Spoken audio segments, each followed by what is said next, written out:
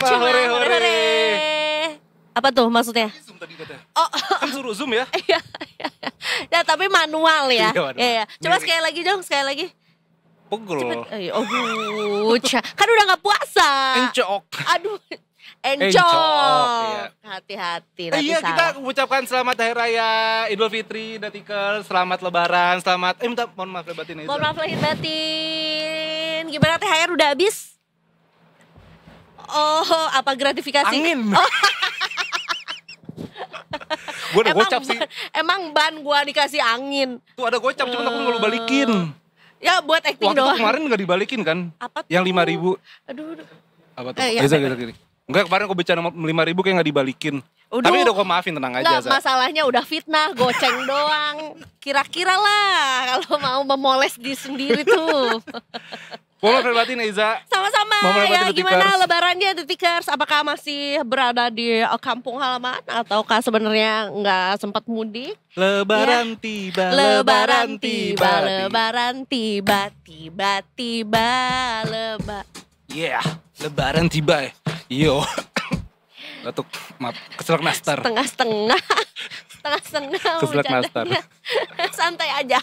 Iza tapi gak pulang kampung? Pulang kampung dong, tapi udah balik lagi karena aku udah Oh, dikasihnya iya. tinggi sekali. Deket ya ke Ke Lembang, Bandung. PP.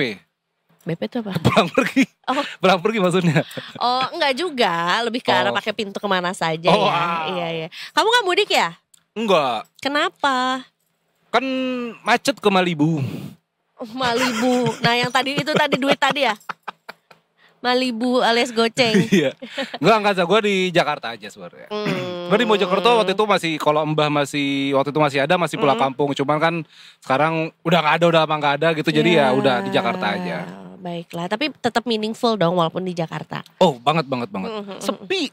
Yes, Iya kan, udara jalan sepi bagus banget. kayaknya Wah, ya. seger banget. Iya, Tadi pagi iya. embun loh. Nggak mungkin, nggak mungkin. Nah, kita kalau Embun AC. misalnya mau agak ngarang gitu ya, kayaknya emang harus Iya. berdasarkan Fakta. sedikit fakta Iya. lah. Tapi emang gitu. lebih fresh Detikers dari pagi udaranya. Jalan juga nggak macet ya kan. Betul. Walaupun cari makan susah. Karena pada tutup. pada pulang. Iya, nggak bikin opor di rumah. Ada di rumah, ada opor. Bikin. Ketupat bikin. Oh, seru banget. Opor kalau gue tuh kalau Opportunity. Gila, gue ngomong gitu lagi. Gue baca banget ya. Enggak, kalau di Betawi itu Za, karena gue kan orang Betawi kan. Ya. Ketupat sayur itu ada dua, kuah opor sama kuah sayur. Kalau kuah opor ya pakai opor, kuah sayur pakai sayur. Sayurnya sop lagi kan. Apa bedanya sama Lodeh. sehari-hari? Sebenarnya sayur ketupat yang ada petenya, yang apa sih? Yang butek lah. Yang merah. Yang merah betul. Ya Ah, kan? yang merah. Oh, yang dia lebih pedes, Lebih segar. lah. Lu lebih suka yang opor apa yang sayur? Sebenarnya gue lebih suka yang sayur karena lebih rame gitu rasanya, ya Amin. kan? Yoi, amin. Lebih dor Tapi gitu. lebih kenyang opor karena dapat ayam. Iya nggak? Iya nggak?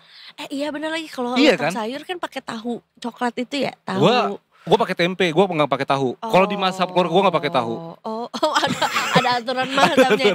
Tapi apakah Hmm. sebetulnya umat manusia harus mengetahui bahwa tahu dan tempe itu memiliki posisi yang setara. Jadi kadang-kadang ada yang emang ada tahu sama tempe juga. Lu jangan emansipasi tempe Emansi dong. tahu. Ya justru Iya bagus dong sih. emansipasi tahu dan tempe, mereka setara, sejajar. Iya sih, benar. Ya kan kita nggak boleh membeda-bedakan Kak. Tapi Hanya nggak ada karena tahu warna kulit. Kulit tahu. Warna minyak. Tapi nggak ada tahu mendoan, tempe mendoan ada. Tapi nggak ada tempe isi, tahu isi ada. Iya lagi. Tapi nggak ada tahu orek, tempe orek ada. Tapi nggak ada tahu bulat ada, tempe bulat nggak ada. Tapi nggak ada tempe cihuni, tahu cihuni ada. Tahu Tapi susu. nggak ada tempe apa sih yang gombos? Apa sih yang hitam itu? Tahu nggak sih yang dia tempe bosok itu sebutannya apa sih? Gembos, Bukan tempe busuk. oncom tempe. Oncom tempe. Oh iya, nggak ada tahu. Sorry, kita sampai kapan ya?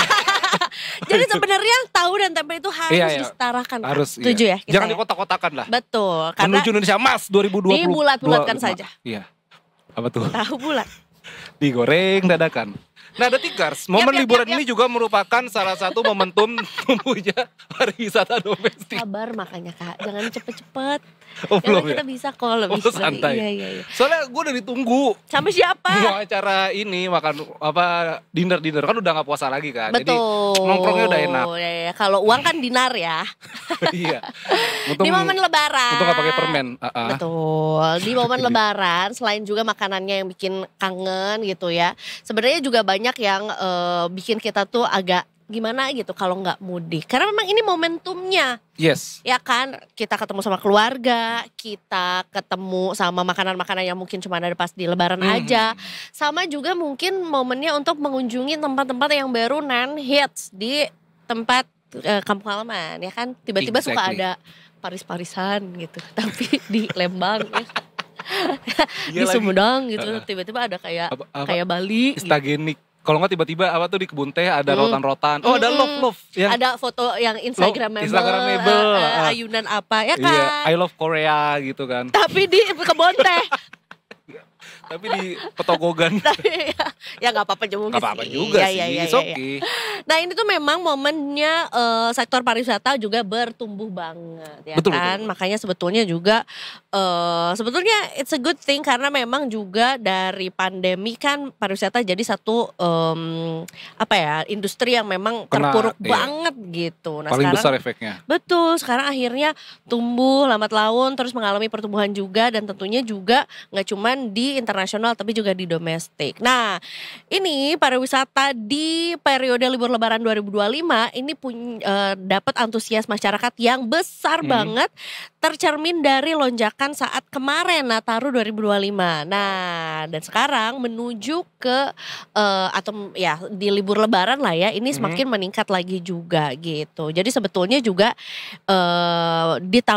pada saat Nataru 2025 banyak masyarakat lebih bepergian ke luar negeri. Wow.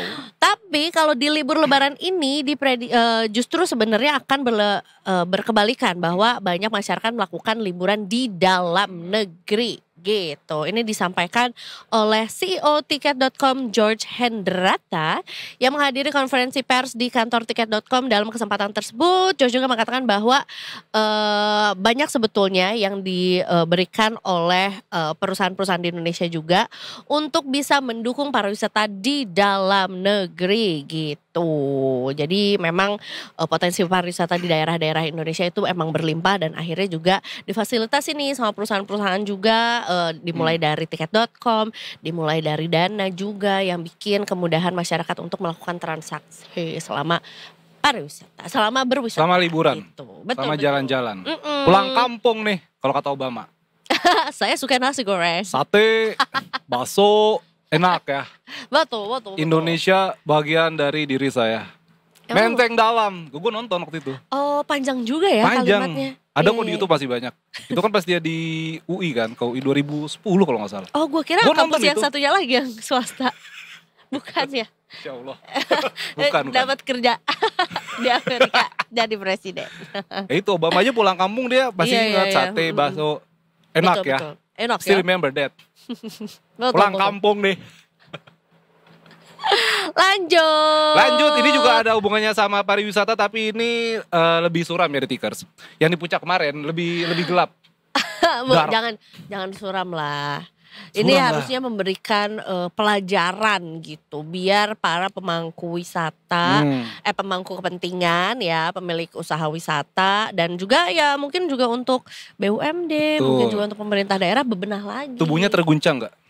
Tubuhku terguncang. Nah, jadi si Hibis Fantasi ini, wisata puncak milik BUMD ini menghadapi tuntutan lingkungan The Tickers.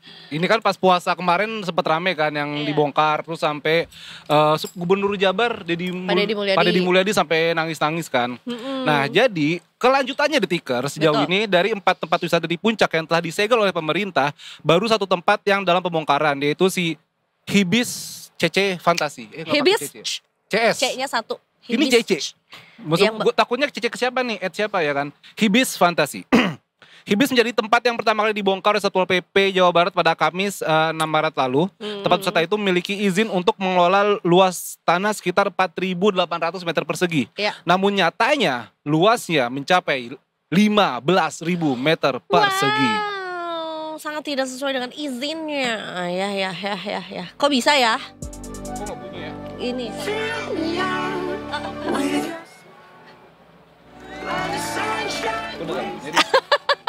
Udah ya guys. Sampai materi gue. Pada tahun 2020, kawasan disulap menjadi hibis fantasi di Kebun Teh Puncak Bogor, Jalan Raya Puncak Gadok, Tugu Selatan, Kecamatan Cisarua, Kabupaten Bogor. Itu berupa lahan hijau dengan hamparan kebun teh dan pepohonan. Lokasi hibis fantasi berada di dalam daerah aliran sungai Taudas ya. Taudas Ciliwung yang merupakan kawasan lindung. Indung.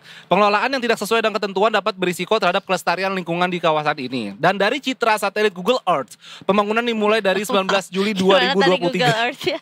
Google Earth. Oh wow, what did it say? Scottish Motion, tumbuh besar. Pembangunan dimulai dari 19 Juli 2023 dan lahan hijau pun mulai berubah menjadi kawasan wisata. Hibis fantasi dikelola oleh PT Jaswita Lestari Jaya JLJ yang merupakan anak perusahaan dari Badan Usaha Milik Daerah atau BUMD PT Jasa Kepariwisataan atau Jaswita. Meski berada di bawah otoritas Gubernur Jawa Barat Deddy Mulyadi, meski berada di dalam Mau aku bantu gak? Gue lagi semangat banget ini. Tadi pagi banyak banget makannya. Mantap, keren. Nah, lanjut, on fire. Kan dikecilin. Tunggu, kok ada musiknya dia ya? Kok bisa dia? Bentar ya guys. Nah. Udah yang dikecil-kecilin lagi. Nanti gue mau pencet soalnya gak ada suaranya. Terus. Meski berada di bawah otoritasnya, Gubernur Jawa Barat Deddy Mulyadi tidak tebang pilih. Dia menyatakan pembongkaran diharapkan bisa selesai sebelum Lebaran 2025. Sekarang dong. Deddy juga menjelaskan bahwa keinginannya untuk membuat kawasan Puncak menjadi kawasan resapan air dan kembali seperti sedia kala. Iza. Tadi dibantuin gak mau. Lepas dulu. Enak bekas-bekas opor nempel nih. Iya. Dalam penjelasan lainnya juga, bekas lahan hibis fantasi itu dinyatakan oleh Pak Deddy ini akan ditanami dengan 23.000 pohon di lahan total seluas 23.000 hektar ya. 23.000 hektar. Berarti satu hektar satu pohon dong? Iya, 23.000 meter persegi kayaknya ya. Kayaknya. Iya.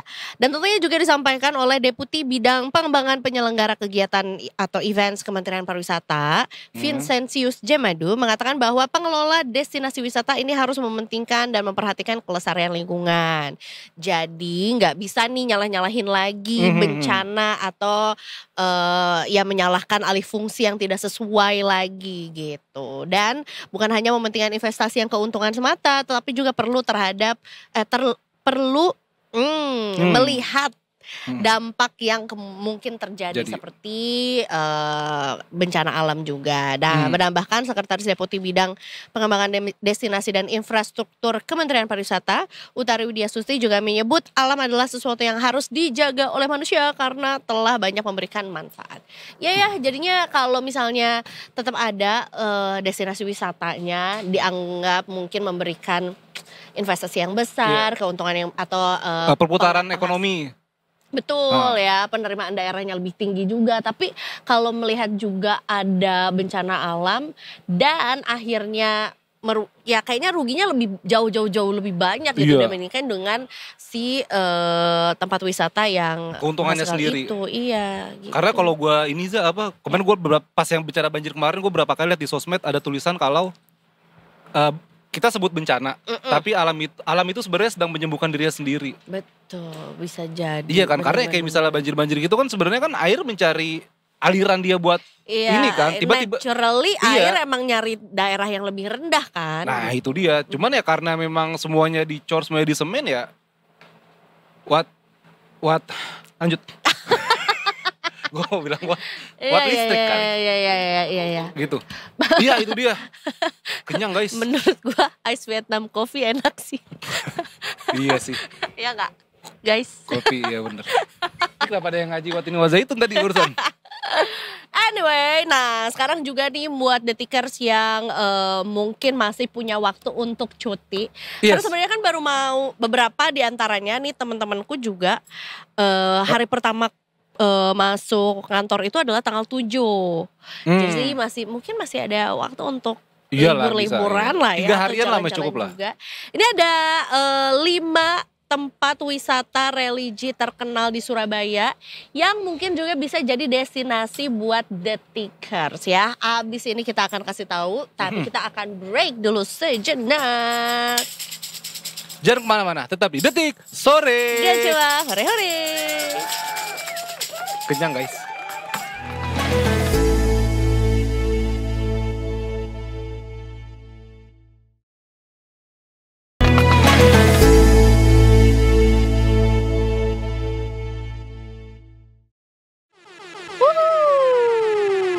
Wow. Mohon maaf lahir dan batin ya. Jangan mentang-mentang masih dalam suasana Lebaran, bisa minta maaf. Jadi kayak suka-suka. Seenak-enaknya.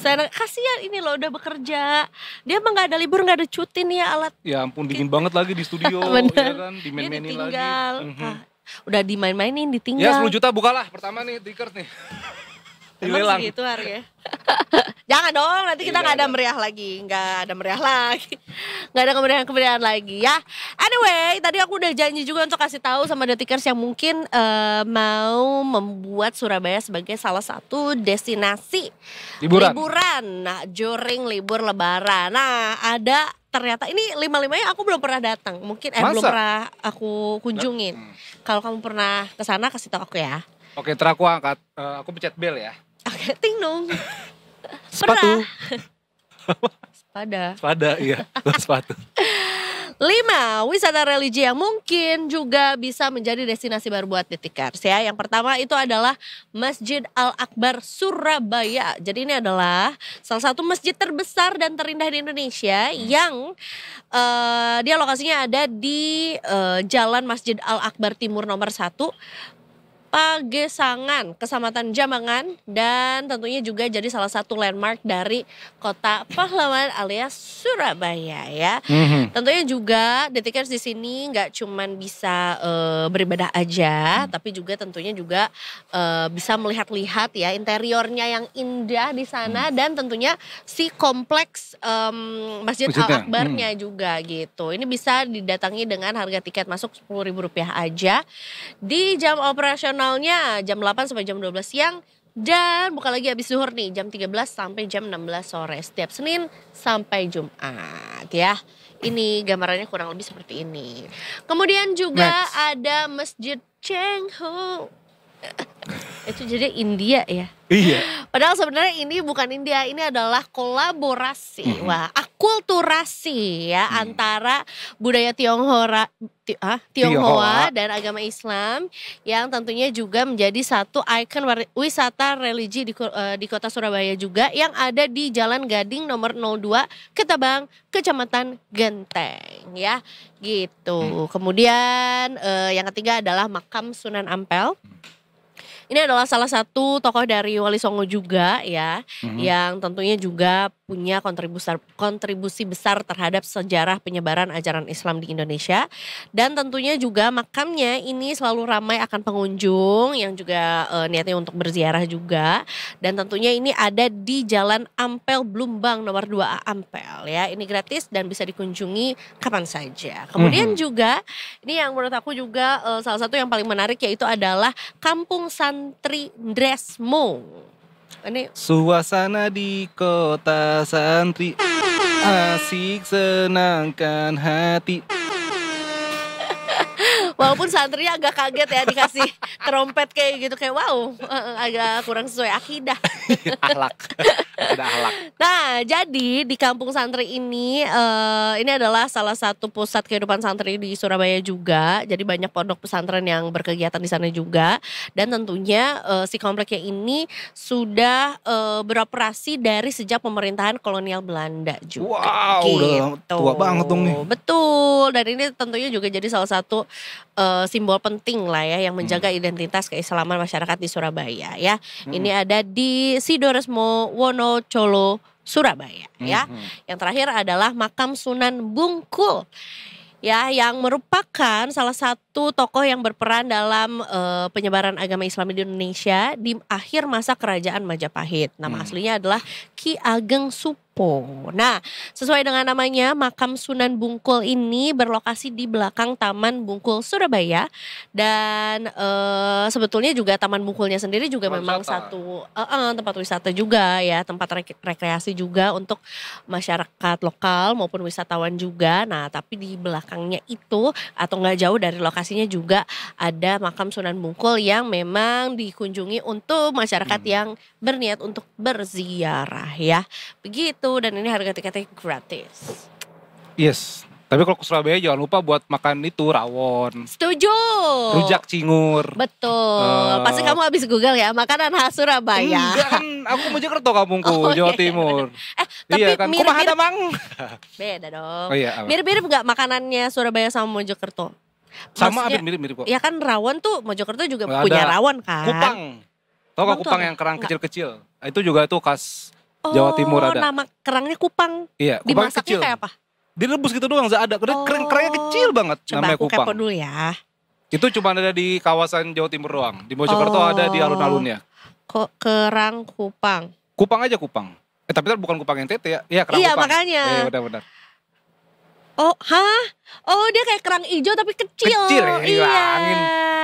Kecil Iya, banget. iya, tapi isiannya kayak kerang hijau persis oren-oren Persis kayak Jawa, iya. Itu makanya Iya, pakai iya, iya. lontong gitu. I see. Dia dibumbu kuning gitu nggak? Nggak. Kayak pasti dibumbuin dong karena Iya, ada kalau bumbu, direbus iya, aja kayak rasa Iya, kerangnya tawar, kuat iya, iya. banget. Iya, ada bumbunya, rasa laut aja gitu. Iya bener, si. Kupang. Wow, Laut. under the sea. Nah itu dia ada tikers tadi. Apalagi ya makanan Surabaya yang Rujak cingur suka nggak, Za? Nah, Cingur tuh hidung kan? betul, Iya. kayak tulang rangu gitu nyebutnya tulang rawan. Nah, tulang rawan kan? Oh sering ada kecelakaan berarti ya? Enggak juga ya. Apa? Rujak cingur. Tulang rawan. Tulang rawon. Hah? Dia mau ngelawak pak, rawon gitu maksudnya. Vibing ya. Ih bawa apa gue gak ngerti. Sama lu juga tahu. Susah nih kecapnya. Oh, tapi apa ya, rujak cingur tuh harus lagi pengen. Ngerti gak sih, bukan Iya bukan. harus lagi Nggak daily pengen. activity lah. Iya, kalau kayaknya kalau daily tuh ya bukan nggak tahu bukan ya. pilihan. Bukan Tapi kalau not my bagi orang sana reference. pilihan Za. Kayak lagi nggak ada lagi nongkrong nih. Ya. Beli rujak cingur lah gitu. Nah, itu tuh dimakannya buat sarapan, makan siang, atau rujak cingur tuh pakai lontong kan? Anytime you name it. Iya pakai lontong. Pakai lontong pakai cingur. Ya iya namanya juga rujak. Tapi nah The Tickers harus diceki-ceki dulu. Mungkin buat yang belum tahu takutnya disangkai kayak rujak buah. Tapi pakai cingur. Cingur, Enggak. iya. Ini tuh menurut gua lebih mirip, lebih satu kasta dengan gado-gado. Iya sebenarnya. Dengan ketoprak, dengan iya. lotek lah kalau orang Sunda gitu. Karena memang bumbu kacangnya ya begitu, bukan bumbu rujak kan Bukan bumbu rujak, sebenarnya. bukan rujak. Cuman emang namanya Gitu. rujak ya. Betul. Itu masih di misteri sampai sekarang Tikers ya. Iya, kenapa ya? Iya sih. bener. Karena gue juga dulu waktu belum pernah tuh makan rujak cingur, gue kira kayak kayaknya tuh sambal rujak pakai buah atau pakai sayur gitu kan, tapi ya ada tulang rawannya aja gitu, ada dagingnya gitu. Tapi pas begitu Gue mengiranya dapet- malah kikil. Karena kayak kikil kan, bener. kenyal-kenyal kan. Bener. Tapi kikil suka gak? Suka dong. Kikil babat suka. Tapi kayaknya gue jeroan enggak, belum deh. Kalau orang Betawi jeruan mah udah makanan sehari-hari. Iya. Kikil Agak babat. duality ya tadi ketika bilang kayak gue tuh Mojokerto tapi gua tuh Bokap gue Mojokerto, bokap gue Betawi. Iya. Nah, tapi itulah namanya gede di Los Angeles. Apa? akulturasi. Nah itu dia. Betul. Kalau misalnya pakai jarum itu namanya apa Iza? akupuntur. Iya. Akulturasi, akupuntur. Puntur. Ya, boleh lah. Iya. Iya bener kan? Tapi The Tikers di tahun 2030 nanti gua langsung Boleh silakan. 2030 nanti Za, kita itu lebaran setahun 2 kali. Emang iya? Oh. Kan biasanya setahun sekali kan. Ini kita setahun diuji 2 kali oleh Allah. Wow, Masya Allah, tabarakallah. Iya. Tapi Apa? THR 2 kali THR. tetap. Plus gaji ke-12. Gaji Eh, ke-13. 13. Jadi gaji ke-14 nggak? Bisa jadi. Nah, Enggak Pak, pasti setahun tuh ada sekali lebaran. Tapi nanti 2030 ya kan, Yang mana nanti Eza berumur Bener 20 juga. tahun, itu Ramadan itu akan terjadi 2 kali dalam Sekarang gua umur setahun. 15. Jangan desain dulu biar dapat THR ganda. Semangat 5 Double tahun THR. lagi. 5 tahun gua dong. lagi loh. Ya gak apa-apa sih, itu Ya. kan masih ada. Nah jadi emang seperti Kers tahu kan, Ramadan itu kan merupakan bulan dalam kalender Hijriyah yang didasarkan pada siklus bulan ya kan. Eh, auto kaya guys. Iya sih. Belum tentu, karena kan nggak tahu kalau misalnya peraturannya diganti lagi tiba-tiba Oh iya. nanti THR-nya Kena PPN. Astagfirullah. di bulan Masehi. Ya dong. Bukan Hijriah ya? Bukan di Hijriah. Iya. Kalau ternyata THR-nya THR-nya di itu kekuatan datang bulan akan menghukummu. Sailor Moon. Jadi kalau Detikers kuat dengan kekuatan bulan, iya. iya akan menghukummu. Sailor Moon, Iya, tadi kan bulan Hijriah, Oh. bulan Masehi. Oh, Tolong dong Eza nih, iya, kayaknya iya. habis makan terlalu banyak makan Enggak, tempe maksud gue kayaknya nih. juga ada pilihan lain kayak kalau bulannya bulan sabit, nah kalau bulannya bulan apa? Ya Kayak kan namanya dengan gue bapak-bapak Eza. Iya, iya. Mungkin gak lucu di bagian kalangan orang, tapi lucu di kaum gue sendiri. Benar. Iya kan? Benar. Nah. Semoga nanti harus banyak bapak-bapak ya. Iya, Muhammad boleh lanjutin gak nih? Boleh silakan. Oke sip. Tadi sampai mana ya? Nah ini sampai tadi masa penjajahan Jepang. Oh enggak deng. Nah tadi Ramadan itu kan merupakan bulan dalam kalender Hijriah berdasarkan pada siklus bulan, sistem lunar. Ada hilalnya ya kan. Mm-mm. Nah kalender lunar ini lebih pendek sekitar 10 hingga 12 hari dibandingkan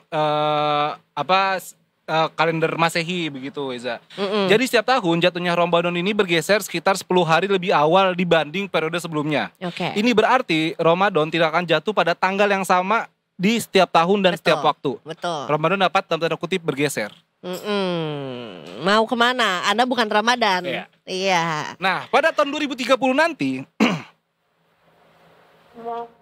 bukan deg-deg itu nggak ada ya? Nggak ada, nggak punya. Oh nggak ada, yaudah. Nggak ada. Pada tahun 2030 nanti, karena waktu kalender lunar dan siklus bulan, Ramadan diprediksi terjadi 2 kali Detikers. Ramadan pertama jatuh pada 4 Januari dan berakhir pada 2 Februari.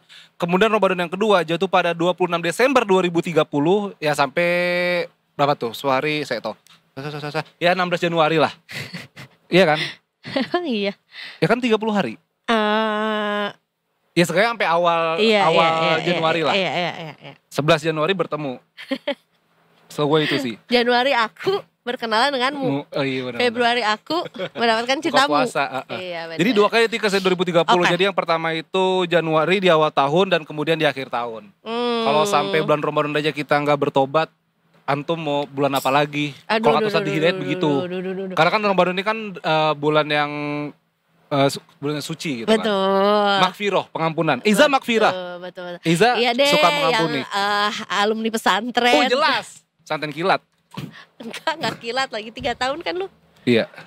Santen the flash. Kalau Sebenarnya ada santen kilat. Pesantren kilat mah ya program di sekolah aja. Iya. Nah berarti anak-anak sekolah juga banyak liburnya dong. Oh iya ya. Iya, Banyak karena kan libur. kemarin aja pas bulan puasa kemarin adalah minggu pertama dan minggu akhir. Iya minggu jelang Ramadan. Menjelang lebaran, sorry. Lebaran gitu. Jadinya yang efektif untuk belajarnya adalah cuma 2 minggu Cuman gitu. ntar kayaknya feeling gue gak ada libur deh. Maksudnya 30 hari full masuk deh. Betul. Nah, jadi Biar kuat-kuat tuh. Bang. ya kayak masa nggak biasa udah. Soalnya kayak gitu sih jadi ini loh, jadi pro kontra. Soalnya kasihan yang mamanya. Betul. Kan kerja lah, nih gue puasa Iya. pagi, masak sahur, Betul. terus ngajarin anak juga, kerja juga. Betul. Termasuk Woman juga sport woman. ya kalau misalnya kita mikirin cuman urusan THR-nya aja gitu ya. Kayaknya emang enak, tapi sebenarnya juga biasanya kan pengeluaran di Ramadan dan juga Lebaran juga lebih banyak juga kan. Iya. Makanya ada THR itu gitu. Jadi kayaknya walaupun 2 kali dapat THR ya 2 kali juga ngeluarinnya untuk kebutuhan Nah itu Ramadan dia, dan maksudnya Lebaran. kita harus cerdas dan berinvestasi di obligasi atau SNB. Kita gak ada market review ya? Nggak ada. Oh Nggak ada. I miss it. Wow. Gak apa sih. Nggak apa-apa kan lagi libur dulu marketnya. Lagi libur dulu marketnya, Santai iya. dulu Santai aja. dulu. Mungkin juga Detikers mengambil momentum ini untuk wait and see kira-kira trennya Iya. setelah Lebaran tuh seperti apa gitu. Atau mungkin masih ada yang menimbang-nimbang sisa THR-nya dipakai kemana gitu. Atau berinvestasinya ke saham yang mana. Atau Iya. mungkin bentuk investasi yang lain lah. Jenis investasi yang Gitu. beda. Betul. Reksadana ya kan. Betul. Next nih Detikers juga mungkin yang memang ngerasa tahun ini resolusinya setelah lebaran ya nggak cuman bikin tubuh lebih fit aja, karena biasanya kan banyak jajanan-jajanan yang biasanya tidak dibeli pada saat Ramadan jadinya dibeli. Dibeli pasti. Ini ada satu jajanan yang aku baru tahu banget, jadi aku tuh suka banget sama jajanan ini. Tapi baru tahu bahwa jajanan ini tuh punya manfaatnya. Siapa Ya. namanya Iza? Namanya adalah kolang-kaling. Wow, kolang-kaling. Bolak-balik, Kolang-kaling. ulang-alik, ya kan? Kolang-kaling. Jadi ini sebenarnya adalah buah sih ya. Dia tuh kayak buah lontar tapi kecil Iya ya. bentuknya. Coba lihat deh Kak. Padahal nyokap gue suka bikin lagi kolang-kaling. Kamu warna- bikin apa beli? Nyokap bikin sendiri. Oh. Yang warna merah, iya ada putih, ya merah sirupnya. Merah putih. Merahnya karena diwarnai. Iya, Nah, sirup. karena aku juga taunya dan doyannya adalah karena dia warnanya merah. Abis gitu dia tuh ditusuk-tusuk kayak sate gitu Kak. Atau kamu belinya yang sop apa yang? Yang sop. Oh, kalau aku tuh dia tuh warnanya Oh, merah, iya. habis itu ditusuk-tusuk Tusuk-tusuk. gitu kayak sate. Padahal sebenarnya warna aslinya itu adalah ya putih butek gitulah, Detikers lah ya. Sedikit mirip kayak buah lontar, tapi mungkin kalau buah lontar kan gede. Nah, dia iya. tuh kecil gitu, lebih kecil kayak jengkol bentuknya, Iya sih. ukurannya. Iya, dia lonjong kecil gitu lah. Teksturnya kenyal-kenyal. tuh kayak jelly, betul. Nah, ini dia ini Detikers. gambarnya juga. Ini dia leci nih. Bukan ya? Salah. Kayak leci kan dia kan, kayak leci juga. Iya, Tapi ini bener-bener. kolang-kaling. Jadi sebenarnya kolang-kaling juga punya banyak manfaat untuk kesehatan. Nah, spesialis gizi klinis dari Maya pada Hospital Kuningan, Jakarta Selatan, Dr. Oki Yonatan Untiono, SPKG PNS atau Physician Nutrition Specialist, mengatakan bahwa salah satu manfaat kolang-kaling adalah untuk kesehatan gigi. Gitu, karena dia tuh punya kandungan kalsium, fosfor, dan tentunya juga dua kandungan tersebut baik untuk kesehatan gigi dan sendi. Nah, kemudian juga dia ada kandungan seratnya yang lumayan tinggi yang bisa membantu melancarkan pencernaan dan juga menjaga kesehatan pencernaan juga. Selain itu juga bisa membantu mencegah dehidrasi karena kolang-kaling itu kandungan airnya juga tinggi. Kemudian juga ada kolagen, ini yang ciwi-ciwi pasti udah familiar banget dengan kolagen ini, baik untuk kesehatan atau kekencangan kulit, kekenyalan kulit. Nah, Biar awet muda ya. betul. Jadi sebetulnya juga banyak vitamin atau kandungan bermanfaat dari kolang-kaling. Masalahnya adalah kalau dikonsumsinya tidak dengan kadar gula yang tinggi. Iya. Kita juga nggak tahu kan kalau di tengah-tengah proses perebusan kolang-kaling itu kelamaan nggak ngerebusnya, terus dikasih sirup, Pasti sirup dikasih sih. soda. Emang soda juga ya? Nah, kalau gua tuh dia tuh ada rasa soda yang warna merah itu, yang inisialnya F, yang kita nggak usah sebutin Fanta. Apa? Ganggu aja nih lagi ngobrol. Oh tadi ngomong Fanta. Apa? Minuman apa yang mengandung kolang? Ya, bapak-bapak silahkan menjawab. Lu mau? Minuman apa yang mengandung kolang-kaling? Nggak tahu, Pak. Es kolang-kaling katanya. Saya nyerah Detikers ya. Wah, sangat bermanfaat sekali. Nggak tahu kita Dan lagi. tentunya memberikan sangat banyak edukasi kepada Wow. kita semua. Minuman yang ada es kolang-kalingnya. Adalah minuman yang ada kolang-kalingnya adalah es kolang-kaling. Gitu. Iya betul. Besok mau bensin aja mendingan. Langsung siram. Kalau tadi aku udah kasih tahu soal kesehatan gigi, kali ini adalah soal kesehatan perut atau JERD. alias GERD. GERD. padahal itu GERD itu adalah penyakit Gen Z. Iya ya. Karena penyakit milenial mah asam lambung. Mah kali kita. Nah, itu lebih lama lagi boomers. Masa ya?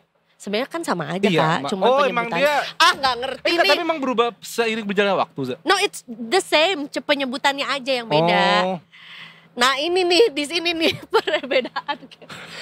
Maksud gua adalah penyakit Gen Z itu GERD. Penyakit milenial itu adalah asam lambung. lambung. Penyakit boomers itu adalah mah. Padahal mah sama aja. Iya, perut-perut juga. Soal makan juga kan. Obatnya juga sama itu doang. Iya, makanya. Iya kan? Makanya. Iya kan? Iya. Ya kita pro obatnya lah. Nah, GERD apa tadi nih? Ini dia. Mana tuh? Ini dia nih. GERD sering kambuh. Ya. Dr. Harvard ungkap 8 cara sederhana untuk mengatasinya. Wow. GERD atau Nah, apa tuh? Oke. GERD tuh sebenarnya singkatan, guys. Singkatan tapi Dari let me try. Oke. GERD itu adalah gastroesophageal reflux disease. Tobari. Ya, Nggak ada. Gastroesophageal reflux disease. Oh, agak jauh ya Iya. masih. Mojokerto. Coba Adalah gua coba kondisi ya. naiknya asam lambung ke esofagus. Disease, oke. Jadi mereka yang mengalami GERD biasanya kan mengalami gejala seperti sensasi terbakar di dada, sehingga perlunya penanganan segera. Dikutip dari Harvard Heart Publishing, mengobati GERD kambuh tidak selalu dengan mengkonsumsi obat-obatan tertentu. Penyakit asam lambung yang bersifat ringan umumnya masih bisa dicegah atau diobati dengan cara yang sederhana, seperti ayam pop, tunjang itu sederhana padak ya. Nah, Sorry. masalahnya sederhananya nggak sederhana untuk yang dapat GERD, yang punya GERD karena ada Exactly. santan. Ada santan. Jadi gak sederhana. Iya. Harusnya dia siang malam ya kan. Nah, berikut rekomendasi ahli gastroenterologi dan profesor kedokteran di Harvard Medical School, Dr. Jacqueline Srigala. Wolf. 1. Makan sedikit dan perlahan. Saat lambung penuh dengan makanan, wih wah rame banget nih, rame tuh makanan tuh kan. Risiko naiknya asam lambung ke kerongkongan menjadi lebih tinggi. Hal ini bisa diatasi dengan memilih untuk makan dengan porsi yang lebih sedikit dan secara perlahan. Oh, lama kukang barangkali. Slot. Slot apa kukang? Bahasa Indonesia kukang. Oh, kukang. Slot bahasa Inggris. Baju dalam. Nah, 2. Hindari makanan tertentu, itu kutang. Kan kukang, baju dalam kutang. Sorry guys. Ini panjang banget judulnya nih. Oh, bener. 2. Hindari makanan tertentu. Beberapa makanan tertentu dapat memicu naiknya asam lambung dan menyebabkan GERD, sehingga perlu dihindari. Makanan yang dapat memicu reflux antara lain makanan berlemak, makanan pedas, tomat, bawang merah, bawang putih, kopi, teh, coklat, alkohol. Nah, itu dia. Pasti nggak boleh tuh. Oh ya kopi ya, kadang-kadang orang GERD, gue minum kopi nih. Bener. Ya kan. Apalagi kopinya kopi susu, karena menurut aku gak semua orang juga cocok minum susu dalam jumlah yang banyak. Oh. Jadi toleransi untuk kandungan dalam susunya tuh nggak besar gitu. Jadi malah bikin memperparah gitu. Jadi dan kita sedikit keluar dari topik Zaya. Tapi emang kopi susu itu banyakan susunya nggak sih? Iya nggak sih? Maksudnya kopinya tuh nggak ada, cuman minuman manis. Ya 1 shot. Kopi apa yang nyari kepastian? Kopi apa yang nyari kepastian? Kopi nangkau dengan bismillah, anjay. Bapak juga lu, Gun. Lanjut. Nah, 3. Hindari minuman soda. Minuman soda dapat menyebabkan seorang bersendawa. Bersandiwara. Minum soda tiba-tiba langsung acting. Kalau ada awa-awanya itu, awa-awa. Seorang bersendawa karena kandungan gas di dalamnya. Kebetulan nih gas 3 kilo yang sempat langka ya. Sendawa ini dapat mendorong asam lambung naik ke tenggorokan. Sehingga Jacqueline Wolf merekomendasikan untuk menghindari minuman ini. Jadi jangan minum soda kalau punya GERD. Betul. Apalagi kalau misalnya soda api, itu bahaya. 4. Jangan tidur setelah makan. Kebiasaan tidur setelah makan sebaiknya dihindari. Menurut Jacqueline Srigala, beri jeda setidaknya 3 jam setelah makan sebelum tidur untuk mencegah GERD. 3 jam setelah makan sebelum tidur. Gimana tunggu. Beri jeda setidaknya 3 jam setelah makan sebelum tidur. Jadi makan 3 jam dulu baru tidur. Oke. Jedanya 3 jam antara makan dan tidur. Oh. Pakai wus udah nyampe juga. Bandung tuh. Enggak naik travel juga udah nyampe. Oh iya. Terus yang kelima sebelum kita break tadi jangan olahraga berat setelah makan ya kan. Kayak misalnya kamu habis makan habis itu kamu panjat tebing gitu jangan. Kemudian hindari tidur miring. Ya. Nah, ini juga jangan nih, tidur miring nih. Gue baru tahu loh kalau tidur miring tuh enggak terlalu direkomendasikan. Gue kira justru tidur miring ke kanan tuh sehat. Gak apa-apa. Karena soalnya jantungnya di kiri, betul. Ya kan. Tapi soalnya ini kan kata si Jacqueline Wolf kan. Gak tau kalau kata Jacqueline Tiger. Keenam, ketujuh tadi. Ketujuh mengontrol berat badan. Kedelapan, ini gak usah disebutin. Nah, Detikers, jadi Danto berhenti merokok tadi. Tanggung banget. Maksudnya kan 7. Seven Heaven. So many ya kan. questions. Oke, Detikers, kita break sejenak. Abis ini kita ada Mas Uyung ya dari Detik Health ya? Belum? Oh nanti. Kita masih, kita ada ini soal taman mini. Betul. Taman apa yang gede? Bukan taman mini dong. Taman mini dong. Mini kan gede banget. Lah iya kan? Iza pernah ke Taman Mini kan? Pernah. Gede banget gak sih? Iya sih. Kenapa taman segede itu dibilang mini sih? Kenapa hal kecil kayak gini aja harus bohong? Wow. Oke, ini kan kita break sejenak. Abis ini kita jangan kemana-mana. Tetap di Detik Sore. Nggak cuma hore-hore.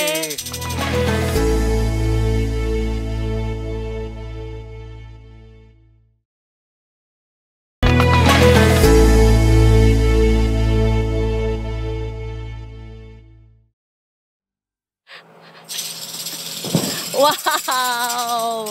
Tari apa tuh, Kak? Itu kebetulan Tari pembuka. Cutari. Cutari. Tari pembuka Detik Sore. Yeay. Nggak cuma hore-hore, Detikers. Dan kita mau ngomongin soal TMII. Kenapa, ada apa di sana? Karena di sana itu adalah miniatur Indonesia, Iza. Betul. Dan mungkin ini sebagai wisata nostalgia nggak sih? Iza kapan terakhir ke Taman Mini coba? Nah, terakhir ke Taman Mini adalah 2023 sebenarnya. Masih ada acara di sana ya? Bukan Oke. sengaja karena sengaja, ke TMI, tapi kayaknya kalau sengaja muter TMI kayaknya zaman sekolah deh, ya gak sih? Pasti. Ya kan? Pasti. Gitu. Jadi kayak bahkan waktu itu belum ada si Bugikar itu, Kak. Oh, yang ngantar kemana-mana? Ya, dulu masih jalan kan? Jalan kaki. Jalan kaki. Gitu. Jadi kayak wow, capek. Luas banget lagi. Luas banget. Dulu Kalau sekarang kendaraan lebih masih enak. boleh masuk. Betul. Sekarang udah gak boleh. Emang iya? Dulu Nah, aku masih gak tahu boleh. tuh kalau itu. Dulu boleh. Dulu Kayak banget. Taman Safari. Kan Taman Safari kita keliling pakai Iya, mobil. iya, kayak Nah, semacam tapi itu, ini semacam kita itu, jalan-jalan iya. TMI pakai mobil. Pakai mobil, Oh. itu masih boleh. Wow. Terus wow, ya, wow, pokoknya wow, kalau wow. foto masih hitam putih lah. Itu jauh banget ya. Kak, kamu lahir tahun berapa? Kamu yang meresmikan TMI ya? Waktu itu aku sama Pak Harto. Oh, subhanallah. Kan- Apa tuh maksudnya? 11, 12. Enggak, ini pegel tulang.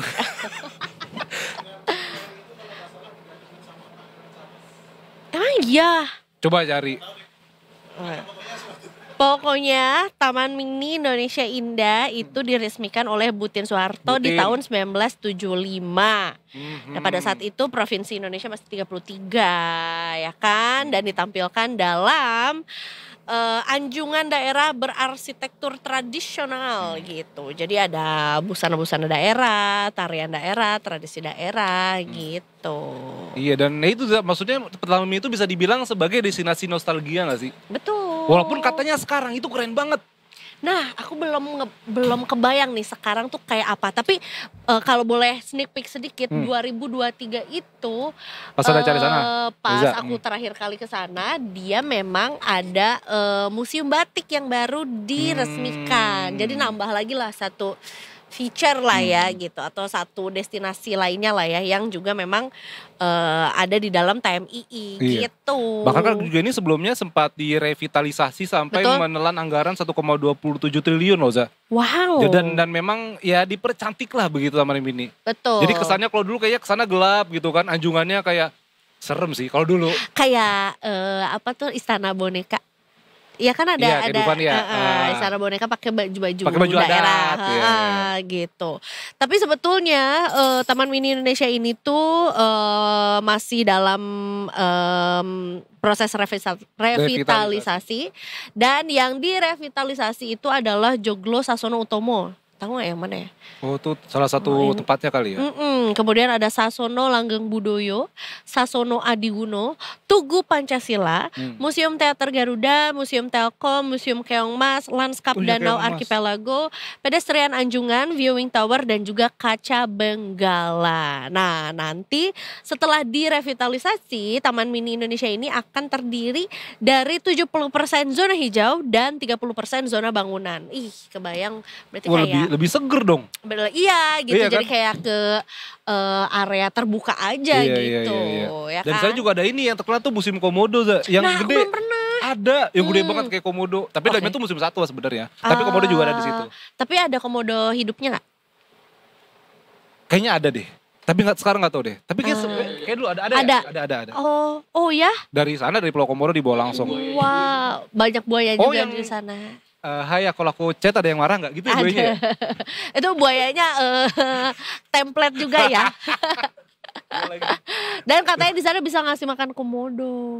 Bisa kasih makan komodo di sana? Nah, gua nggak tahu sih. Oh, mungkin sebenarnya. ada jam feeding time-nya. Benar, Mungkin, tapi to be honest gue belum pernah lihat Dia komodo kayak paling ujung dalam dah. Dalam bentuk hidup. dalam jarak yang dekat. Kalau buaya banyak di kontak WhatsApp. Di Instagram banyak. Nanti kalau buat baju lah. Katanya disuruh ke sini. Karena di sini ada komodonya. Kan kita mau mengajak Detikers yang di Jakarta, nggak usah jauh-jauh. Mohon maaf, ini opornya naik ke atas tadi saya. Iya, ininya ya, santennya ya. Iya. Kalau Detikers ini kita punya liputan dari tim Detik Sore soal wajah baru Taman Mini Indonesia kini. Berikut, langsung saja cuplikannya. Liputannya. Ini dia.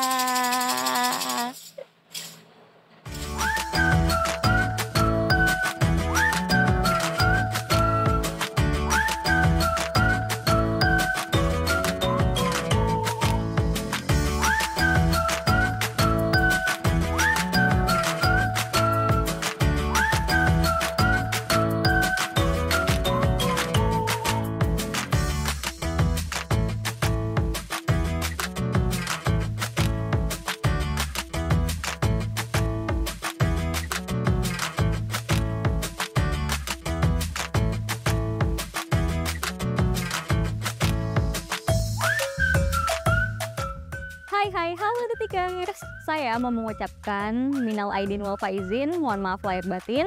Selamat menunaikan Hari Raya Idul Fitri 1446 Hijriah ya. Nah, di masa libur lebaran yang panjang ini, Detikers pasti bingung nih pada mau kemana. Nah, di sini nih, saya ingin merekomendasikan tempat liburan yang punya segalanya. Detikers mau kemana? Mau jalan-jalan ke Taman Burung? Bisa. Mau lihat komodo? Bisa juga. Mau ke museum? Bisa pastinya. Di semua tempat yang serba bisa itu, saya sekarang lagi berada di Taman Mini Indonesia Indah. Nah, di belakang saya ini adalah salah satu spot ikonik dari Taman Mini Indonesia Indah yang bernama Tugu Api Pancasila. Dalam seharian ini, saya akan mengajak Detikers nih untuk jalan-jalan keliling Taman Mini Indonesia Indah ini. Nah, saya penasaran nih, setelah direvitalisasi, Taman Mini Indonesia Indah ini akan sekeren apa ya? Ada aktivitas apa aja sih yang bisa kita explore? Detikers pasti penasaran kan? Yuk ikuti saya terus, let's go!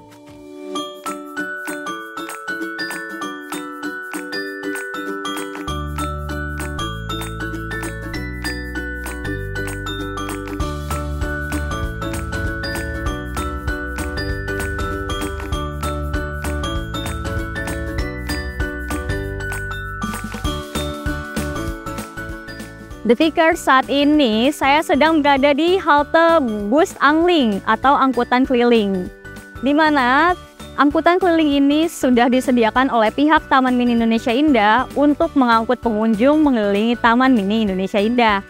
Jadi untuk sebagai informasi aja nih, kalau bus angling ini tidak dipungut biaya atau gratis, jadi pengunjung di sini cukup menunggu di halte bus aja. Seperti yang sudah disediakan di sini, saya berada di halte bus angling dan saya sedang menunggu bis angkutan keliling yang akan membawa saya ke destinasi pertama kita. Let's go, kita naik aja yuk.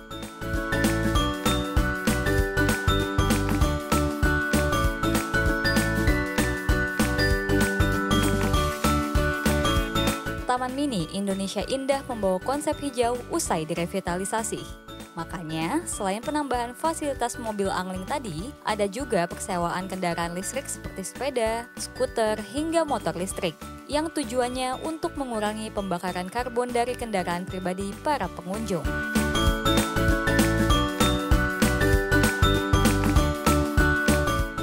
Detikers, saya saat ini sudah sampai nih di destinasi pertama yang pengen saya jelajahi di Taman Mini Indonesia Indah. Sekarang saya sedang berada di Taman Burung Jagat Satwa Nusantara. Di sini ada berbagai ratusan koleksi burung. Nggak cuma kita bisa ngeliat burung, kita juga akan diedukasi dan juga banyak kegiatan-kegiatan seru seperti interaksi dengan burung. Penasaran nggak seperti apa kegiatan-kegiatan seru lainnya? Yuk ikutin saya untuk bertiket dulu ya. Let's go!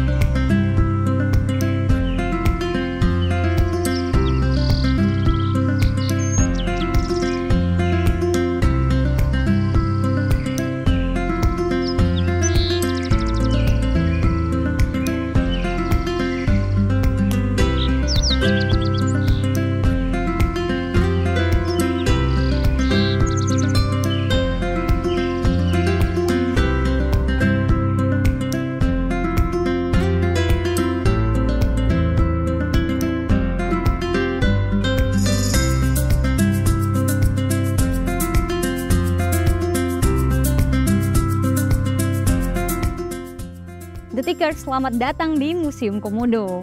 Setelah saya jalan-jalan ke Taman Burung tadi, saya memutuskan untuk pergi ke Museum Komodo nih. Museum ini adalah museum yang sudah direvitalisasi. Isinya berupa koleksi hewan-hewan reptilia. The Tikers pasti udah tahu dong kalau komodo adalah hewan endemik dari Nusa Tenggara Timur.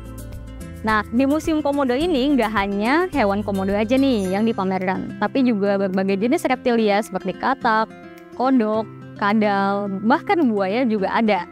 Nah, seperti apa ya koleksi-koleksi di Museum Komodo ini? Let's go, kita lihat yuk. Saat masuk ke dalam Museum Komodo, pengunjung akan dimanjakan dengan ratusan koleksi jenis satwa reptil dan amfibi yang hidup di wilayah Indonesia lengkap dengan kondisi habitat aslinya.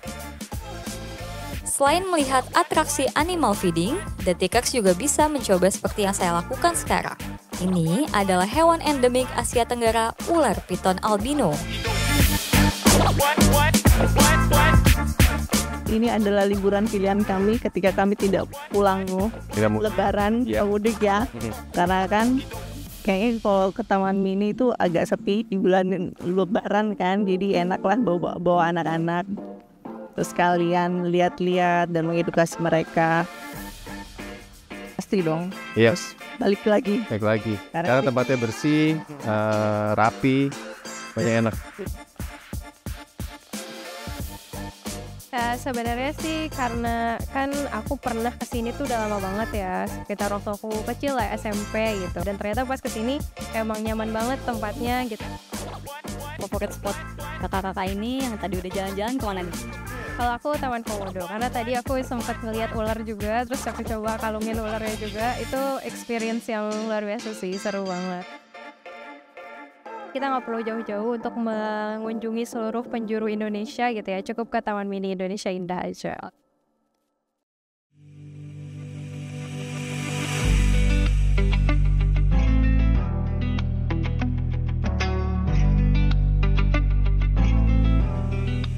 Ibu, bagaimana sih kesiapan Taman Mini Indonesia Indah dalam menyambut pengunjung, khususnya di libur lebaran tahun 2025 ini? Iya.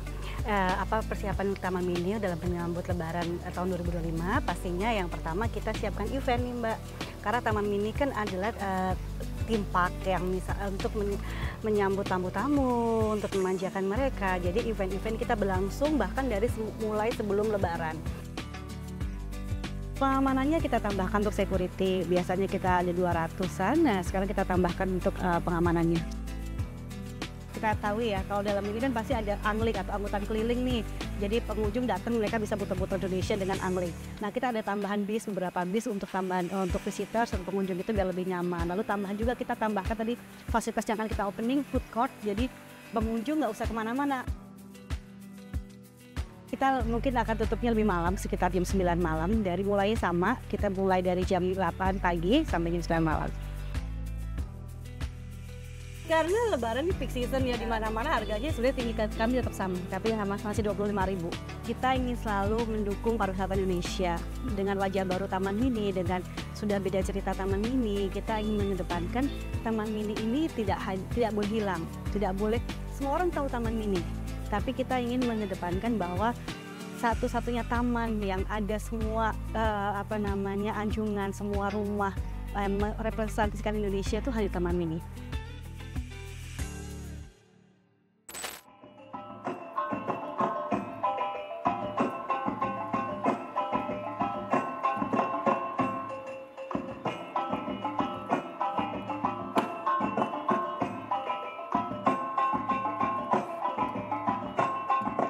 Selamat datang di Rumah Gadang dengan wajah ranah Minang. Begitu masuk ke halaman depan, saya disuguhi arsitektur rumah gadang yang memiliki model 9 ruang 4 deret dengan atap ijuk yang berbentuk melengkung dan runcing ujungnya seperti tanduk kerbau. Secara struktur, rumah gadang biasanya terdiri atas tiang-tiang tinggi yang bertujuan agar rumah ini tahan banjir dan gempa. Uniknya, rumah adat suku Minang ini dibangun tanpa menggunakan paku, melainkan dengan sistem pasak yang kuat, sehingga menjadikannya contoh arsitektur tradisional yang adaptif dengan kondisi geografis di Sumatera Barat. Bagi orang Minang, rumah gadang bukan sekedar tempat tinggal, melainkan simbol kebersamaan, pusat kegiatan adat, serta mencerminkan nilai gotong royong dan kekeluargaan. Saat masuk ke dalam, pengunjung bisa belajar budaya tradisi Minang, mulai dari busana adat, pelaminan pengantin Padang Pariaman, kain songket silungkang, hingga alat musik talempong. Keindahan dan keunikan inilah yang membuat Rumah Gadang menjadi salah satu rumah anjungan daerah primadona di Taman Mini Indonesia Indah.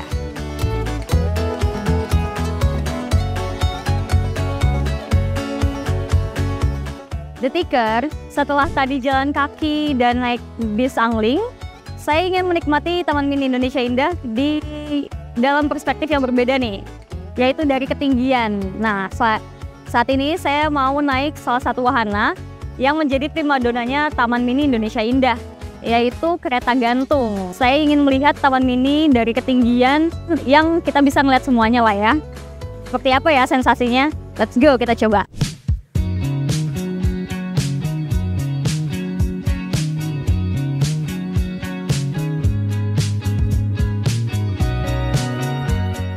Selain kereta gantung, saya mencoba cara lain untuk menikmati pemandangan Taman Mini dengan cara yang berbeda, yakni dengan naik ke puncak Menara Pandang Saujana.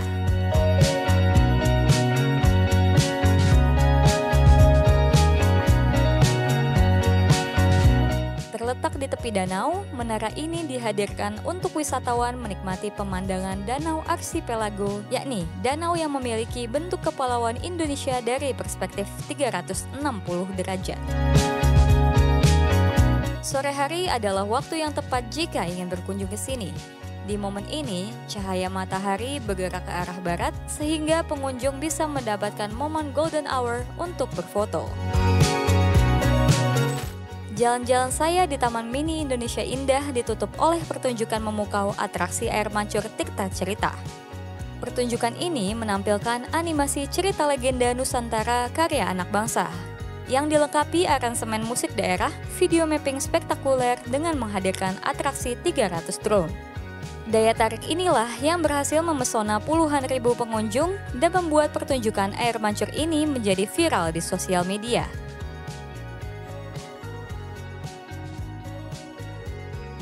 Wah, nggak terasa nih Detiker sudah malam, yang artinya kita udah seharian jalan-jalan ke Taman Mini Indonesia Indah. Nah, yang bisa saya simpulkan dari jalan-jalan saya keseharian di Taman Mini Indonesia Indah ini adalah cukup dengan 25.000 kita udah bisa keliling Indonesia, kita bisa ke museum, kita bisa ke anjungan daerah. Intinya nih Detiker, untuk kamu yang libur lebarannya bingung mau kemana atau males untuk pergi keluar kota, Taman Mini Indonesia Indah ini bisa menjadi destinasi wisata pilihan terbaik sih untuk kamu mengajak keluarga. Nah, segitu dulu aja ya Detiker. Saya pamit undur diri, sampai jumpa di perjalanan berikutnya. Bye-bye!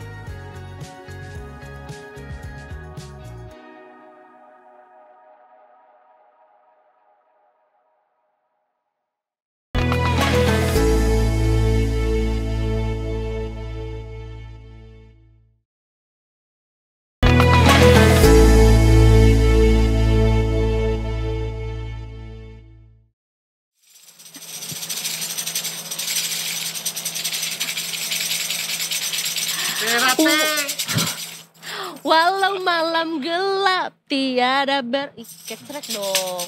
Lama. Lupa lagi lagu yang itu. Tinggal kecrek aja. Detikers, kita kembali lagi. Jadi sore nggak cuma hore-hore. Kenapa teh sate? Emang tukang sate ada kecrekannya? Enggak juga sih. Tukang sate tuh piring kan? Piring ya. Ada di roda kan biasanya. Nah, ditaruh. Di roda ada di juga. roda. Iya, kerincing-kerincing gitu. Oh, Di tuh roda gerobaknya. roda gerobak. Itu ada kerincing-kerincing. Gantungannya Mas berarti ya? Oh. Gue baru denger sih. Biasa sate di tuk-tuk-tuk. Nah, untuk membuktikannya kita akan makan sate malam ini dan Ah, kita iya, cari boleh. kencing-kencingnya. Kemarin gue, iya sih, kemarin kincringannya nggak ada tapi ada hate. Nah, Detikers, ya kan? Mungkin bisa dibilang sate sangat amat ini ya, menggoda ya di Lebaran kali ini kan. Walaupun ada nggak sih yang masak sate? Susah sih. Biasanya Lebaran haji. Iya. Kalau makan sate. Tapi sebenarnya kalau menurut gua Lebaran adalah waktunya untuk kalap semuanya. Apalagi, nah gue nggak tahu nih kalau cowok-cowok juga. Kalau misalnya kita udah bosen makan opor di rumah pagi-pagi, siang-siangnya atau besokannya hari kedua Lebaran lah, nyari bakso. Karena kita udah capek makan opor di rumah. Itu bukan cewek aja, cowok juga begitu Ya sih. kan, berarti dikonfirmasi ya. Iya benar. Jadi memang momen ya dari bulan puasa udah jelas. Kalau bulan puasa tuh udah cari tajil lah, cari biar semangat sahurnya lah. Abis Lebaran ya makannya kalap juga gitu. Makanya Jadinya sebenarnya lebaran. bener, Lebaran malah lebaran. Gitu ya kan. Makanya kita mau cari tahu gimana caranya biar nih badan kita masih oke-oke aja nih, walaupun sebenarnya kita banyak balas dendamnya gitu di selama bulan puasa dan juga lebaran gitu. Dan kita tidak cuma berdua, Iza. Betul. Kita sudah kedatangan redaktur pelaksana Detik Health yang sudah tidak asing lagi Betul. dengan topik-topik seperti ini. Dan tentunya hari ini hadir dengan nastar ya, bawa nastar ya Mas Uyung ya. Oh tadi katanya ada gudeg, ada Bika Ambon ya Mas? Aku banyak. Makin banyak. Selamat sore Mas Uyung. Selamat sore. Hai, gimana Mas Uyung? Makan apa aja selama Lebaran? Sate. Oh, makannya sate? Enggak, belum makan. Belum makan. Kebetulan Mas Uyung lagi diet dia. Oh iya. Dia lagi men-challenge diri Berusaha sendiri. untuk tidak kalap. Tidak kalah. Tapi ada dong menu-menu yang dicari selama liburan kemarin. Apa yang ada dimakan? Oh, apa yang ada dimakan? Karena pasti enak-enak. Iya benar-benar setuju. Iya sih. Enak-enak bener sih kalau udah lebaran semuanya enak-enak. Nastar juga enak ya kan. Pilih-pilih. Tapi Mas fenomena balas dendam ini Mas, ini kan sepertinya fenomena tahunan ya. Iya, kayaknya Abis- dianggap lumrah gitu. Iya, abis Ramadan kita abis puasa kayak ya udah nih hari ini makan opor siang, udah opor lagi oke besok wah mie ayam, bakso, ya kan Za? Bener.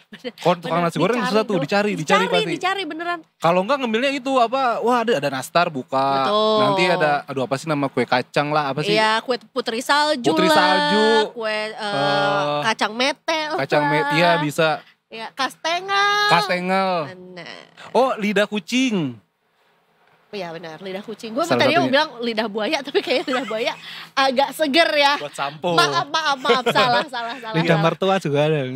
Lidah mertua, tanaman kan? Tanaman Mas, lidah Iya, mertua iya, Mas. bener. Itu namanya lidah buaya. Temen lidah buaya. Iya. Ini ada biskuit, itu nama merek guys. Tuh biskuit ini tuh, biskuit Oh, over. iya. Biskuit Kongguan isinya alat jahit ya kan. Disebut lagi, dia belum iklan loh. Biarin. Guan besok sini ya. Nah Mas Yung, ini fenomena ini kenapa sih Mas orang cenderung balas dendam? Apakah ada efek hormon juga yang mungkin ada sebab kaitannya Merangsangnya gitu? ya. Atau mungkin kita euforia aja karena Iya. hari raya gitu. Ya sebenarnya itu sih. Jadi selebrasi kan. Maksudnya sebulan punya target nggak bolong puasanya, terus kemudian selesai genap sebulan terus selebrasi ya normal. Cuman ya ada juga sih yang bukan balas dendam, sebenarnya sejak puasa juga sudah emang gak ada cemilan segala macam gitu. Ada kan banyak yang ngirimin hampers juga udah mulai banyak Iya, kan. bener. Walaupun makannya nggak siang hari, Betul. malamnya kayak gitu. Dibilang balas dendam nggak juga sih, sebulan sebelumnya juga banyak juga yang makannya juga memang sudah banyak kayak gitu. Tapi kalau misalnya pun itu dianggap balas dendam ya sesuatu yang wajar sih. Kalau misalnya kita habis melakukan sesuatu, goalnya tercapai terus selebrasi itu ya sesuatu yang normal sih. Kayaknya nggak ada hubungannya dengan hormon sih, soalnya emang lapar apa sih? Kayaknya Iya sebulan tuh bukannya nggak makan sama sekali kan. Kita kan cuma mindah dari biasanya siang makannya jadi malam kayak gitu. Jadi ya pengaruh hormon mungkin ada, tapi ya lebih ke euforia itu tadi sih. Selebrasi. Masalahnya kan kita selebrasinya banyak ya. Lebaran, terus dari awal tahun deh, tahun baru euforia. Berarti ini kan kalapnya sama gitu. Cuman mungkin bedanya adalah kalau Ramadan adalah karena kita dianggap menahan nafsu makan selama seharian, jadinya balas dendam temanya gitu ya kan. Nah sebenarnya balas dendam ini pasti ngasih efek yang buruk lebih banyak daripada efek baik ke tubuh kita ya gak sih Mas? Ya pastinya iya sih, soalnya kan ya pasti makanannya serba ya namanya enak itu kan pasti ada sesuatu yang harus dibayar kan. Ada gulanya ada lemaknya juga ada, garam juga ada kayak gitu ya. Dampak ke tubuh pasti ada, tinggal gimana mengontrolnya supaya tetap balance. Kalau misalnya gula yang masuk banyak ya diimbangi dengan aktivitas fisik yang banyak supaya intake sama outputnya itu seimbang gitu, balance biar enggak kenapa-kenapa. Sebenarnya selain euforia juga nggak enak kali Za. Datang ke rumah orang nih, bentar batin, makan dulu ini, iya nih ada mie ayam nih, makan dulu ada nasi tumpeng nih gitu kan. Ya sebenarnya mau bilang bungkus boleh nggak gitu. Iya, bilang mungkin nggak enak. Benar.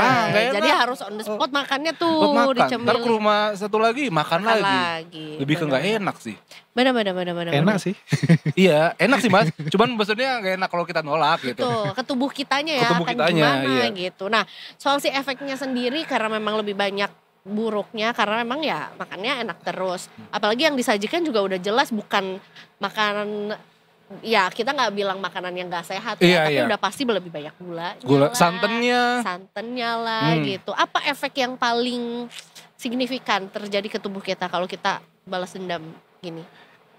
Nggak selalu nggak selalu seburuk itu dampaknya juga sih, karena kita juga bisa mengontrol sebenarnya. Kalau misalnya taruhlah nggak enak buat nolak gitu, ya makan, tapi kan nggak harus banyak juga, maksudnya ya ngambil secukupnya kayak gitu tuh kan sebenarnya bisa aja. Ya tinggal mau seperti itu atau dinikmati mumpung ada alasan untuk makan banyak gitu kan, ya cuma memanfaatkan momentum aja. Atau makanan enak kan sebenarnya nggak cuma Lebaran doang kan, kita ke mana gitu juga pasti ada kan panjang tahun gitu loh. Yang membedakan adalah momentumnya. Ini momentum memang hari raya, saatnya orang senang-senang gitu ya udahlah sehari 2 hari itu agak dilupakan kayak gitu. Gitu sih. Mengontrolnya sih. Yang buat orang normal sebenarnya nggak seserius itu sih dampaknya. Cuman perlu perhatian khusus kalau misalnya punya riwayat taruhlah diabetes, hipertensi kayak gitu ya kolesterol tinggi kayak gitu ya mesti hati-hati gitu kan. Oke, berarti apa yang harus dilakukan? Kontrol diri aja gitu ya sebenarnya ya. Tahu kondisinya. Jadi medical check up itu kan penting untuk tahu kamu sebenarnya ada riwayat diabetes atau enggak gitu kan. Kadang-kadang kita baru tahu kalau hipertensi itu ketika kita tes. Sebelum dites kan nggak ada gejala yang spesifik kan. Orang hipertensi seperti apa gitu.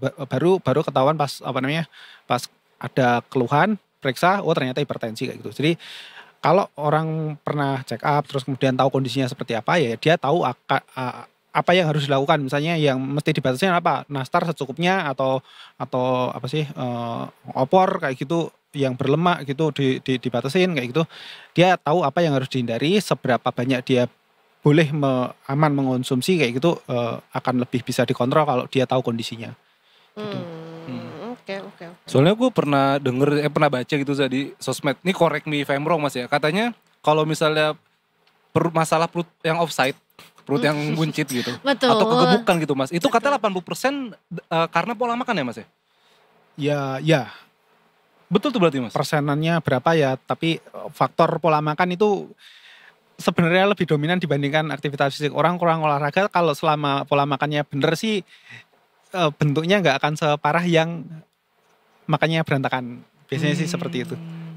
Seringnya ya, maksudnya ya individual kan kondisi hormonalnya orang beda-beda kayak itu, tapi seringnya seperti itu. Oke.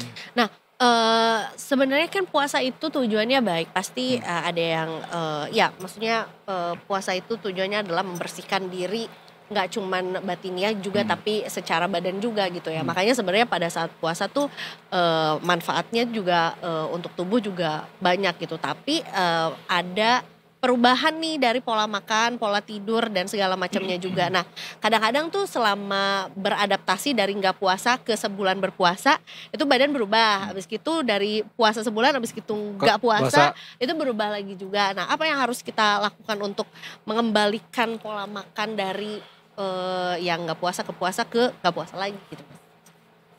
Nggak ada sih, natural aja. Pada akhirnya orang akan balik lagi ke pola makan sebelumnya karena aktivitas fisik, aktivitas sehari-hari itu kan lebih banyak siang hari kan. Normalnya ya orang akan kembali lagi banyak makan di siang hari kayak gitu. Ya titik kritisnya ya di momen selebrasi itu sebenarnya lebih ke situ. Nanti kan setelah itu ya udah balik ke sebelum puasa juga. Nah sebelum puasanya itu orangnya makannya teratur atau tidak, nah itu masalah masing-masing gitu. Lebih ke kayak gitu. Iya sih, bahkan kadang orang yang puasa aja ini kalau misalnya buka tuh, wah makannya langsung nasi padang. Kadang malah lebih banyak daripada hari biasa kan. Nah iya itu. Apalagi kalau undangan bukber, safari ke sini kayak gitu. Maraton bukber. Itu justru lebih dalam tanda kutip bahaya Mas ya. Maksudnya dan pasti enak-enak kan, bukber gak enak itu ngapain datang gitu kan. Pasti enak. Tapi maksudnya itu apakah si perut itu nggak kaget Mas kalau kita langsung buka, wah nasi padang, tiba-tiba kolak. Nasi padang, kolak, es campur, es mambo, ketoprak gitu. Kolang-kaling kan Kolang-kaling. Itu bahaya kan Mas sebenarnya Mas? Bahaya sih, dibilang bahaya atau enggak ya tergantung kondisi masing-masing kan. Ada yang bisa mentoleransi pola makan yang seperti itu, tapi ada juga yang apa namanya sensitif terhadap perubahan peningkatan dan penurunan gula darah, fluktuasinya kayak gitu tuh juga ini juga. Cuman ya memang bukan sesuatu yang bagus gitulah intinya. Bukan yang bagus. Bukan sesuatu yang bagus. Iya.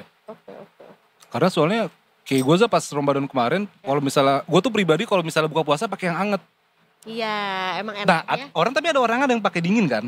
Gue sekali pakai yang dingin, kembung perut gue. Nah, termasuk itu juga tuh kalau justru aku tuh kembungnya tuh agak lama tuh setelah hari-hari pertama puasa dan hari-hari abis lebaran, bloated gitu loh. Nah, itu tuh gara-gara apa ya? Perubahan pola makan kah pastinya?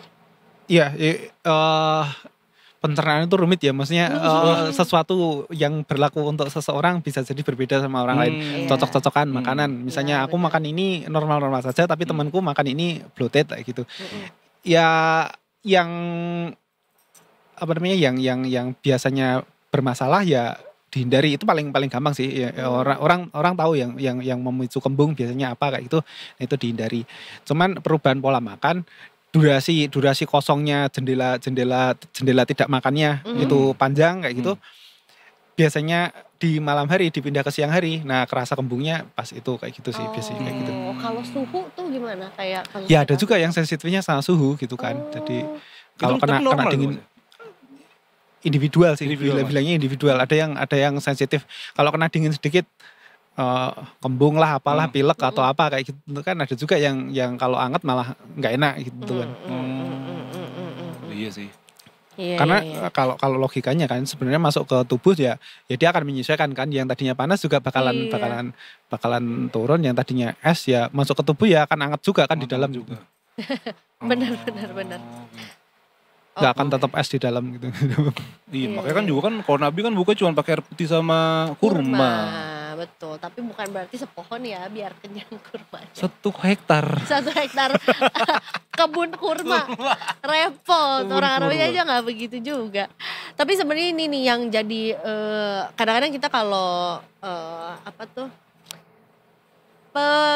prepare for the worst gitu. Walaupun sebenarnya juga takut juga sih bahwa ini ada 3 faktor utama yang dapat meningkatkan resiko kanker usus di usia muda. Nah, salah satunya adalah pola makan. Mungkin bisa dijelasin lagi nih Mas, maksudnya gimana? Kita kan jadi deg-degan kayak pola makan tuh kadang-kadang kalau lagi kerja jam 12 udah jam makan siang tapi belum lapar, jadi makan siang jam 3. Karena ada kerjaan. Betul gitu. Lebih ke ini sih kalau katanya sama kanker itu apa yang dimakan. Jadi kalau orang kurang serat itu biasanya gampangnya sih dianggap serat itu buat nyikatin usus dari racun-racun kayak gitulah gampangnya. Orang membayangkannya seperti itu.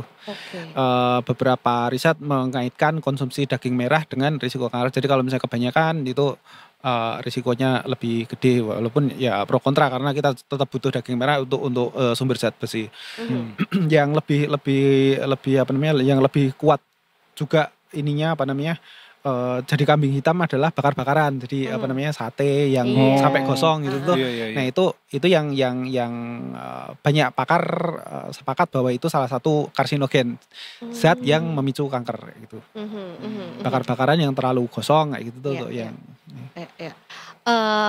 Berarti memang gimana pun juga harus dicek lagi kandungan atau ya kandungan gizinya harus tetap seimbang juga gitu ya. Kalau misalnya harus memang balance gitu. ya. Kalaupun daging merah yang gosong tadi memicu kanker, ada buah, ada ini yang punya antioksidan, punya serat yang ya kita yakini menetralkan gitu lah, maksudnya mengimbangi. Apalagi zaman sekarang makanan junk food semua, Za. Betul. Belum kayak goreng-gorengan yang ya mohon maaf ya kayak cireng, cilok, basreng, cilung, Ciawi, Bogor, Sukabumi. Nah itu Pelabuhan Ratu maju dikit lagi. Iya. Seblak. Iya. Pengakuan dosa. Selama bulan Ramadan kemarin, berapa hari yang dibuka dengan gorengan? Banyak kan? Iya sih. Iya kan? Iya, minyak lagi itu. Minyak, tepung. Tepung. Gimana nih Mas kita Apa yang harus kita lakukan nih untuk menebus dosa deh? Kemarin kita selama sebulan gorengan tuh terasa lebih enak padahal sehari-hari biasa aja. Abang gorengan ketemu abang gorengan juga, ada tempe lagi. Tapi kemarin kayak tempe itu terlihat indah. Tempe. Dan kayak Will You Marry Me gitu loh. Gimana Mas? Kalau untuk apa tadi menebus dosa selama sebulan kemarin. Tetap enak, gak cuma pas puasa, gorengan ya tetap menggoda. Iya Mas, tapi lebih menggoda. Tiap hari banget. Nebus dosanya apa ya ngurangin. Maksudnya kalau kemarin udah terlalu banyak ya sekarang enggak dan seterusnya. Maksudnya kalau cuman pas lebaran doang menghindari gorengan habis itu balik lagi ya sama aja sih. Ya betul. Sadar diri juga ya. Atau ya pilihan yang lebih oke, misalnya gorengan yang kita nggak yakin minyaknya seperti apa ya kita pilih gorengan atau goreng sendiri kayak gitu yang kita bisa pastikan minyaknya lebih aman, lebih cuman dipakai sekali doang, nggak yang sampai hitam kayak gitu. Itu juga itu pilihan yang lebih oke. Masih ada temuan nggak Mas di lapangan tukang gorengan yang pakai plastik? Itu ramai tahun berapa ya? Tahun lalu, selalu rame, selalu ada apa namanya? Ada laporannya Mas ya? Ada yang bilang seperti itu. Cuman logikanya ya plastik itu kan polimer ya, maksudnya di panasnya minyak itu seberapa sih sampai emang bisa leleh di ini. Yang sering-sering ada videonya itu kan ada apa namanya? Plastik dimasukkan ke penggorengan kan misalnya. Ya itu nuang minyaknya, habis itu kan dibuang juga. Ya walaupun ada residu apalah gitu terlarut juga iya, cuman kalau plastik cemplungin terus larut kayaknya bukan itu sih bahayanya, bukan di situ gitu. Iya. Jadi udah ya enggak lah ya. Enggak terus ada yang demoin apa namanya gorengannya dibakar bisa terbakar karena mengandung plastik. Ya bukan plastik, memang minyak itu terbakar. Iya. Iya sih. Memang minyak itu kalau dikasih api ya terbakar. Kita terlalu worry terlalu banyak hal. Terlalu parno banyak. Bahwa ada partikel-partikel mikroplastik ya mungkin aja karena dicemplungin kayak gitu memang iya, cuman yang terbakar itu belum tentu plastiknya gitu loh. Ya minyaknya. Minyak kasih api bakar bener sih masuk juga. Kerupuk kan sering ada demonya ini kerupuknya mengandung plastik karena dibakar. Iya pasti terbakar lah, nggak ada plastiknya juga namanya minyak. Kerupuk juga kan gorengnya pakai minyak. Jadi kayak sumbu kan, jadi masuk ke pori-porinya terbakar gitu. Kalau nggak mau terbakar itu es campur ya. Iya sih. Udah kan terbakar itu teh campur. Es campur metanol. Itu terbakar. Nah aku nggak tahu Mas karena belum pernah ya Mas. Serem juga emang bencana anak health. Iya benar. Kita nggak ngerti apa ya.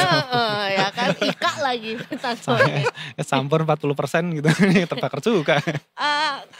Nggak usah kayaknya ya, nggak usah eksperimen kita ya. Campur gula guys. Oke deh kalau gitu. Plastik. Mas, terakhir Mas kalau olahraga juga apakah disarankan untuk olahraga langsung yang wah oke lah gue langsung main futsal atau mungkin olahraga yang step by step gitu Mas, pelan-pelan gitu. Jalan kaki dulu gitu. Nggak usah langsung 50K, nggak usah. Mahal, repot dan capek, ya kan? Iya jatuhnya nyiksa sih sebenarnya kalau misalnya langsung terus kemudian langsung berat dan habis itu besoknya enggak gitu itu kan enggak ada manfaatnya juga. Olahraga itu bermanfaat ketika terprogram dan konsisten. Jadi ada tahapannya gitu, enggak yang langsung berat gitu. Ya mungkin kalau misalnya berat itu tiap hari berat terus kayak gitu mungkin akan ada pengaruhnya, tapi biasanya kalau misalnya langsung berat cedera terus besoknya nggak olahraga lagi terus ya udah balik lagi berantakan. Jadi nggak ada manfaatnya juga. Mendingan ringan-ringan tapi nanti terus bertahap ditingkatkan dan konsisten jadinya gitu. Nah itu baru akan ada pengaruhnya. Kamu little become a hill, sedikit lama-lama menjadi bukit. Oh iya, keren. Thank you banget nih. IVF from English first. English second. Kan yang first sudah ada. Iya, soalnya bekas pakai ya. Second. Oke, berarti emang pelan-pelan dulu kalau gitu. Jangan dipaksa di Tikers. Ayo sekarang waktunya untuk Detikers yang di awal tahun kemarin bilangnya resolusi tahun ini. Iya. Ini waktunya untuk direalisasikan juga. Ini kan resolusi bulan Syawal. Tahun baru juga bener. Di tahun Hijriah yang baru. Tahun baru Muharram sih. Syawal tuh bukan tahun baru ya sih. Syawal tuh lebaran ya kan, 1 Syawal. Iya, tahun baru Islam tuh Muharram. Bukan Syawal. Sorry deh, kita kebetulan ada Mama Dede di sini, Mama. Mas Uyung, terima kasih banyak informasinya, Mas. Yap. Semoga ini juga bisa menjadi masukan buat detikers ya kan. Amin. Ya sebenarnya bahaya itu juga yang bahaya banget. Cuma kan mungkin nanti ada jangka panjangnya. Setuju. Tapi ada baiknya juga kita membatasi ya kan. Betul. Tahu Nggak diri. baik. Yang namanya balas dendam tuh nggak baik pokoknya ya. Apalagi nggak bagi-bagi kan. Apa? Apalagi nggak bagi-bagi. Apalagi nggak bagi-bagi. Nah, itu dia. Jangan mentang-mentang di rumahnya ada nastar gitu ya. Harus dihabisin lah nastarnya sekarang. Enggak, santai. Nastar can wait. Cuman kadang kalau gitu dimarahin orang tua. Itu nastar gak dihabisin. Ibu udah capek-capek masak. Emang ya kalau Ya, kadang- bikin, ya, kalau beli. Ya kalau beli. Apa, Tapi gitu. ya. Pola makan. Oh ini Mas ada pertanyaan dari kebetulan salah satu. Oh iya, ada. tadi kita sempat Iya. bahas Oh iya GERD sempat GERD juga. gitu Mas. Ada pengaruhnya. Kan ada makanan-makanan yang memang memicu produksi asam lambung. Nah, Ya. kalau ada yang punya masalah dengan sphincter jadi kayak katup yang membatasi lambung dengan kerongkongan. Jadi biar asam lambung itu harusnya nggak naik, nggak balik ke atas kayak gitu. Ya. Tapi ada masalah dengan sphincternya itu ya ketika asam lambungnya meningkat, dia naik sampai ke kerongkongan, terasa panas di sini gitu biasanya. Apa pemicunya orang yang kan maksudnya gini, kadang-kadang suka ditanya, kamu punya GERD nggak gitu? Emang semua orang nggak punya, nggak semua orang Asam punya lambung GERD? semua punya, tapi kalau GERD nggak semua orang, nggak semua apa yang bermasalah. bedanya? Ya gastroesophageal reflux disease, reflux itu balik gitu. Jadi nggak semua orang ngalamin kan asam lambungnya balik ke atas gitu kan. Nah itu yang punya masalah dengan sphincternya itu yang dia GERD gitu. Oh. Kalau mah itu bukan GERD berarti Mas? Mah itu kan artinya lambung. Jadi sakit mah itu sebenarnya tidak spesifik orang kamu sakit apa gitu. Iya, sakit Kembung mah. itu juga sakit mah, terus kemudian melilit-lilit itu sakit mah juga. Jadi sakit lambung gitu intinya. Sakit mah itu sakit lambung. Lambungnya sakit apa itu macam-macam. GERD itu salah satunya. Oke. Tukak lambung dengan dispepsia itu sama-sama disebutnya sakit mah. Tapi kan kalau tukak lambung itu yang nyeri, yang melilit-lilit kayak gitu. Dispepsia itu yang lebih ke begah, kembung kayak gitu. Oh, tapi orang jadi bilangnya sakit mah juga. Oh, sakit jadi lambung, sebenarnya ya. turunannya mungkin. Variannya. Varian. Bukan istilah resmi juga kan sakit mah itu Iya, kan. iya. Ya Iya sakit sih, lambung. sakit lambung. Lambungnya sakit apa? Ya macam-macam gitu. GERD salah satunya. Dan ini nih justru adalah makanan-makanan pemicu GERD itu adalah makanan-makanan lebaran. Ya, Iya tadi. kan, Iya, kita sebut tadi, santan. mostly ya, Mas. maksudnya tergantung Mostly. individunya, tapi secara umum sih kayak santan, terus kemudian goreng-gorengan, Iya. terus makanan basically yang tidak terlalu sehat itu biasanya merangsang coklat itu juga salah satu Oh pemicu peningkatan asam lambung. Kenapa ya? Kok aku baru tahu? Ya Coklat masuk kategori nggak itu. tahu ada reaksi tertentu gitu di Asik. dan itu individual ya, maksudnya beberapa orang mengalami itu tapi ada juga yang enggak kayak gitu. Jadi cocok-cocokan sama lambungnya. Nah gimana tuh Mas? Kita kan nggak mungkin nggak makan makanan lebaran. Mungkin kita menghindari makanan-makanan. Ya kita tahu, maksudnya kita cocok enggak misalnya dengan makanan pedas. Kalau misalnya aku misalnya enggak terlalu cocok sama pedas ya ngapain aku ngambil yang terlalu pedas gitu kan, yang enggak terlalu pedas aja gitu. Itu sih yang paling tahu kan masing-masing. Kalau yang makan coklat enggak masalah ya udah go on gitu. Ya. Coklat Iya. Dubai. Dari emas lagi ya? Bener. Ambil emasnya, coklat jangan dimakan. Bener. Langsung ke Blok M habis itu. Dijual. Repot makan coklat doang. Oke, itu soal GERD juga. Kamu gimana nih? GERD-nya aman aja selama lebaran? Aku kayak alhamdulillah gak punya GERD sih. Sobat aslam, sobat Aslam. Sobat Pokoknya aslam. GERD itu ada yang naik ke atas gitu kan Mas ya? Ya, Kalau asam nggak ada naik ke lambungnya atas nggak apa kan? Ya nggak apa-apa. Kalau asam lambung sih memang selalu ada di lambung. Iya. Banyak atau enggak itu yang dipengaruhi oleh pola makan gitu. Tapi itu gas Mas isinya ya? Asam lambung, Gas dia kan, Mas? asam hidroklorida HCl gitu. Soalnya ini Mas, dulu gua tuh pernah pijit perut kan. Terus kata yang abangnya, wah bang ini perutnya isinya gas semua nih gitu karena keras kan. Karena kayak buncit cuman kayak emang begal gitu. Isinya Nah gas, pas digituin langsung maaf detikers ya, prat. Aduh bang maaf ya bang gak bisa ditahan ya, gak apa bang ini biar keluar anginnya. Katanya gitu Mas, itu emang gas berarti Mas ya? Dua berbeda, jadi asam lambung sendiri, gas lambung juga sendiri. Itu gas pencernaan sih kan. Enggak cuma di lambung, sebenarnya ada di usus juga. Kalau orang terkentut-kentut biasanya lebih banyak penumpukannya di usus. Makanya bau karena di usus besar. Dekat sama muaranya gitu. Kalau yang lambung, gas di lambung itu? Ya Sama, sebenarnya Reaksi. itu beberapa kan di dalam lambung itu kan ada bakteri, mikroba gitu yang membantu tubuh mengurai sisa-sisa makanan gitu loh. Nah, itu yang memicu gas. Jadi makanan tertentu itu disukai oleh mikrobanya di lambung itu. Jadi makin mereka banyak makan, makin banyak mereka menghasilkan itu byproduct-nya itu loh. Sisa penguraiannya itu hasilnya adalah gas. Nah, ketika mereka terlalu aktif, gasnya akan jadi banyak itu. Jadi kembung.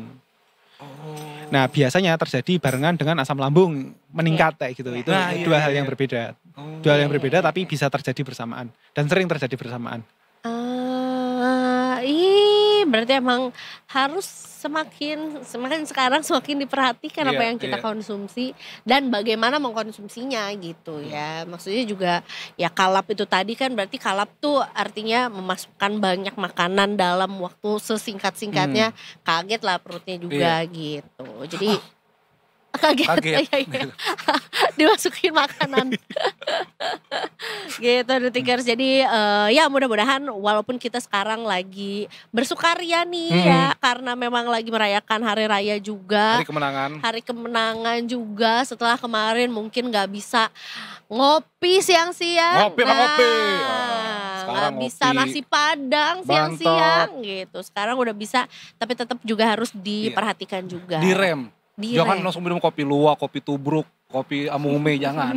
Takutnya bisa tidur. Ya apalagi dikunyah ya biji kopinya. Bapak luwak. Kopi luwak ini dong. Gitu. Oke lah kalau gitu. Ya udah, baiklah kalau gitu. Detikers jangan lupa juga ya kalau mungkin mau cari tahu soal tips-tips kesehatan. Nah, di Detik Health ya Mas ya.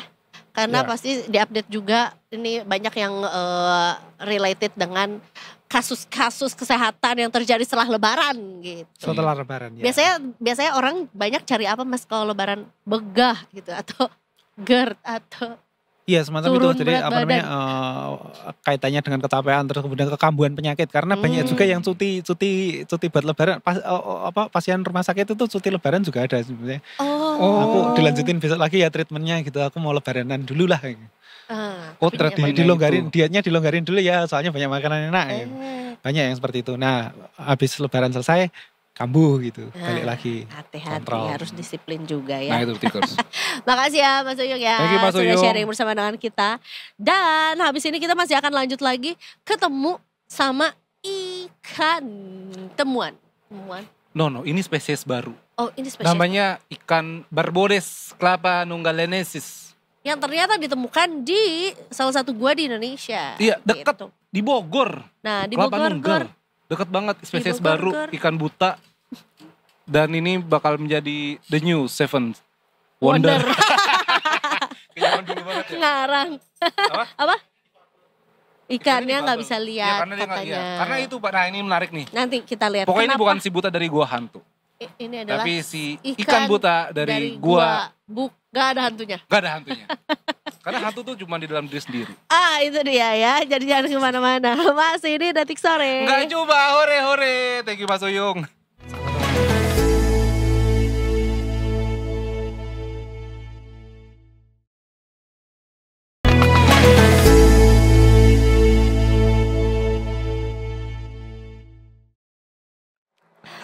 Welcome back to Detik Sore. Enggak cuma hore. Hai Detikers di Sunset Talk kita sore hari ini. Kini kita akan menelusuri. Atau seenggaknya mendengar lah ya kisah penelusuran yang akhirnya berujung pada sebuah temuan baru gitu. Wow, di perut bumi. Nyampe perut gak ya? Iya, bumi core. Atau sampai sini doang nih? Keselak dong. Jadi kita sudah bersama Mas Iqbal Willianto, anggota tim penemu Barbodes Clapanunggalensis ya Mas. Iya betul, Barbodes Clapanunggalensis. Selamat sore Mas Iqbal. Sore. Ini jadi satu obrolan yang seru gitu. Apakah benar ini adalah, karena kan tadi sebutannya adalah binatang mirip ikan. Nah, mirip ikan. Belum tentu, atau itu ikan. Atau itu ikan yang buta. Atau belum tentu ikan gua gitu ya.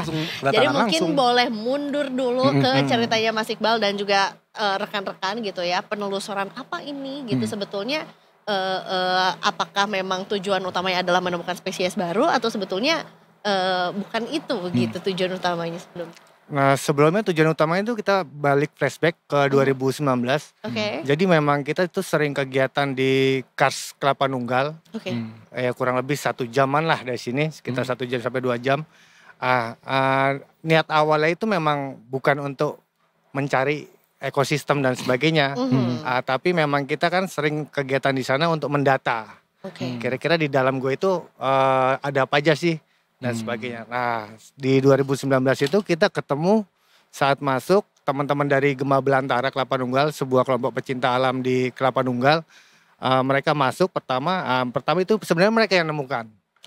Pertama mereka yang menemukan. Terus kemudian saat itu belum dilakukan penelitian, jadi hanya melaporkan kepada teman-teman dari Latgab Caving Jabodetabek sama Indonesian Spearfish Society. Nah, baru di tahun 2020 teman-teman dari Latgab Caving Jabodetabek, ada dari Mapagundar, dari Matasita Sahid, Girigana UPN Veteran Jakarta, kemudian melakukan lagi tuh, balik lagi tuh ke situ, ke area itu. Terus kemudian mereka melakukan eksplorasi, mereka juga melakukan pemetaan gua. Nah, dari situ baru di 2022 baru kita ambil sampel ikan itu. Oh, jadi ini sebenarnya rangkaian yang panjang ya gitu Iya, ya. betul. Dari apa kecurigaan dulu kok ada makhluk hidup bisa tinggal di tengah kondisi seperti ini gitu ya, baru akhirnya kembali untuk diteliti juga gitu betul. ya. Berarti seberapa jauh ke kedalamannya gitu. Kalau tadi Afif bilangnya ke perut bumi. Nah, sebenarnya ini caving tuh seberapa jauh Mas menjelajah ke dalam? Nah, kalau lokasi gua di Cisodong 1 ini itu kan lokasinya di tengah hutan ya, agak susah untuk akses kendaraan bermotor, juga agak susah. Dia berjalan terus kemudian guanya bentuknya vertikal tuh. Berarti harus pakai tali menali tuh Mas? Harus pakai tali, betul. Harus menguasai teknik lah, ibaratnya teknik untuk single rope teknik. Nah, di sana ada 4 pits. 4 pits itu seperti jurang. 4 jurang. Jadi total kedalaman keseluruhan di gua vertikal Cisodong itu sekitar 50-an lah, 50-an lebih. 50-an meter. Ke perut bumi. Wow, dan udah jelas tidak mudah gitu untuk menuju ke situ gitu ya. Kemudian udah pasti gelap banget dan gimana Mas, lembab atau dingin betul. atau Jadi seperti apa karakteristik lingkungan di gua itu kan memang gelap abadi ya. Jadi kadang-kadang karena tanpa cahaya sama sekali, kadang-kadang kita taruh tangan kita di depan mata aja nggak kelihatan. Ya kita nggak tahu. Itu zona gelap abadi namanya. Iya, zona gelap abadi. Nah, di sana otomatis juga dari iklim, temperatur juga berbeda sama yang di permukaan. Nah, kalau di dalam gua itu dia lebih lembab dan lebih dingin biasanya. Itu. Dan ikan ini ketemuin di kedalaman berapa Mas? Ada 2 titik. Yang pertama di kedalaman sekitar 27. Terus yang terakhir di titik paling bawah. Kedalaman 51. Nah, ini ikannya di Tickers ya? Iya, betul sekali. Ini kalau yang ini di titik 27. Di pitch 2 dia. Berarti ini ikannya ikan buta ya Mas ya? Iya, betul, ikan buta. Kalau di Sunda itu biasanya disebutnya benter. Kalau di Jawa wadar. Nah, menariknya kalau di sini ikannya itu udah buta, wadarnya udah buta. Jadi dia udah nggak ada, indera penglihatannya udah nggak ada atau tereduksi. Terus kemudian dari sisi pigmen juga udah tereduksi juga. Iya, gitu. Kayak albino ya Mas. Albino, betul sekali. Karena memang juga nggak mungkin dari dia keturunan keberapa yang memang sudah tidak pernah terpapar sinar matahari sama sekali gitu udah ya Mas. Cukup lama kemungkinan. Iya. Oke. Nah, kemudian gimana Mas proses penemuannya? Karena kan memang di situ gelap sekali, kemudian juga nggak semuanya itu ada genangan air atau memang ada sungai di bawah? Kalau di paling bawah ada kayak aliran sungai, cuman kecil sekali. Nah, kalau yang di kedalaman 27 itu dia cuman bentuknya kolam kecil aja. Dan di situ ada 2 kolam. Nah, kedua ikan itu terpisah nih. Di satu kolam sama satu kolam lagi gitu. Banyak Mas. Kalau yang di titik kedua, yang titik di 27 meter ini cuman ada 2 jenis, 2 biji, 2 buah. 2 ekor. Nah, yang banyak itu di bagian paling bawah. Nah, itu. Apakah tidak menutup kemungkinan ada spesies baru lainnya Mas? Nah, ini yang menarik ya di Kelapa Nunggal, termasuk di kawasan Kars di Indonesia. Kita itu masih minim untuk membuka rahasia karsnya. Jadi masih banyak misteri yang perlu diungkap. Nah, termasuk kelapa nunggal sendiri. Ini ada beberapa spesies selain Barbodes microbe, Barbodes kelapa nunggalensis juga ada namanya Stenocelus javanicus. Apa tuh, Mas? Itu semacam kayak udang. Dulu kalau kita bilangnya udang purba. Udang purba. Iya, jadi dulu nenek moyangnya itu hidupnya di laut, kemudian dia terangkat ikut di kars kelapa nunggal. Akhirnya sekarang beradaptasi di air tawar. Apa yang menarik dari si udang purba ini? Sama seperti Barbodes kelapa nunggalensis, jadi mereka bisa beradaptasi dengan kondisi ekstrim di dalam gua, dari kegelapan, terus kemudian temperatur yang juga stabil dan sebagainya. Jadi morfologinya itu benar-benar berbeda dengan spesies sejenisnya yang di luar permukaan. Jangan dibayangin udang yang udah terkupas dan ada di supermarket. Betul. Ya ada tikar. Atau udang saus tiram pasti beda. Beda banget karena ini yang disebut dengan apa Mas tadi nama latin? Stenocelus javanicus. Itulah. Alias udang purba. Nah dia ini kan bener ya? Iya betul sekali. Ukurannya kecil, hanya 5 mili. Wow. Iya 5 mili sampai 7 mili. 5 mili? Nggak sampai 1 senti. Dan dia kayak semi transparan gitu ya? Iya betul sekali. Jadi kayak merah jambu gitu. Dia tuh oke. Merah jambu tuh karena ada aliran darah. Iya, jadi kan pigmennya sama seperti ikan tadi, dia tidak ada pigmen melanofornya, jadi tereduksi dan sebagainya. Wow. Mas, ini penemuan ini apakah sudah dilaporkan ke pemerintah gitu Mas, atau mungkin ke BRIN kali Mas? Iya, kemarin juga kan kerjasama juga sama BRIN untuk penulisan dan sebagainya, termasuk untuk teliti apakah ini benar spesies baru dan sebagainya, itu kan perlu proses yang panjang ya. Jadi memang kerjasama sama BRIN, dan kemudian ada Oskura Depok juga, Oskura spesies Depok dan lain sebagainya. Terus sebetulnya gimana respons dari BRIN kemudian dari masyarakat juga ketika ini diungkap nih, sepertinya kita menemukan gitu ya satu spesies baru. Itu apa ya, maksudnya bagaimana excitementnya masyarakat mengenai informasi? Yang jelas pasti kaget ya. Padahal kan selama ini kan spesies-spesies baru itu orang beranggapan spesies baru itu ada di hutan belantara yang jauh dari ibu kota dan sebagainya. Ternyata di halaman belakang di Jakarta aja ada gitu spesies-spesies baru itu. Dan kemungkinan kedepannya potensi untuk penemuan spesies-spesies baru di kars kelapa nunggal kemungkinan berpotensinya cukup tinggi juga. Apa sebetulnya penyebab adanya spesies baru? Spesies baru itu tuh memang spesies yang belum pernah ditemukan sebelumnya, atau mungkin dia tuh adalah satu spesies yang mengalami proses evolusi apa revolusi? Iya betul sekali. Jadi, revolusi mental. Jadi sebenarnya nenek moyangnya itu hampir sama seperti spesies pada umumnya ya di permukaan. Cuman kemudian dia beradaptasi dan berevolusi. Sehingga dia kan kalau evolusi itu kan dia pisah ya, kayak ada pohon itu. Nah seperti itu. Jadi bisa di antara dua itu lah iya, ya. Iya betul sekali.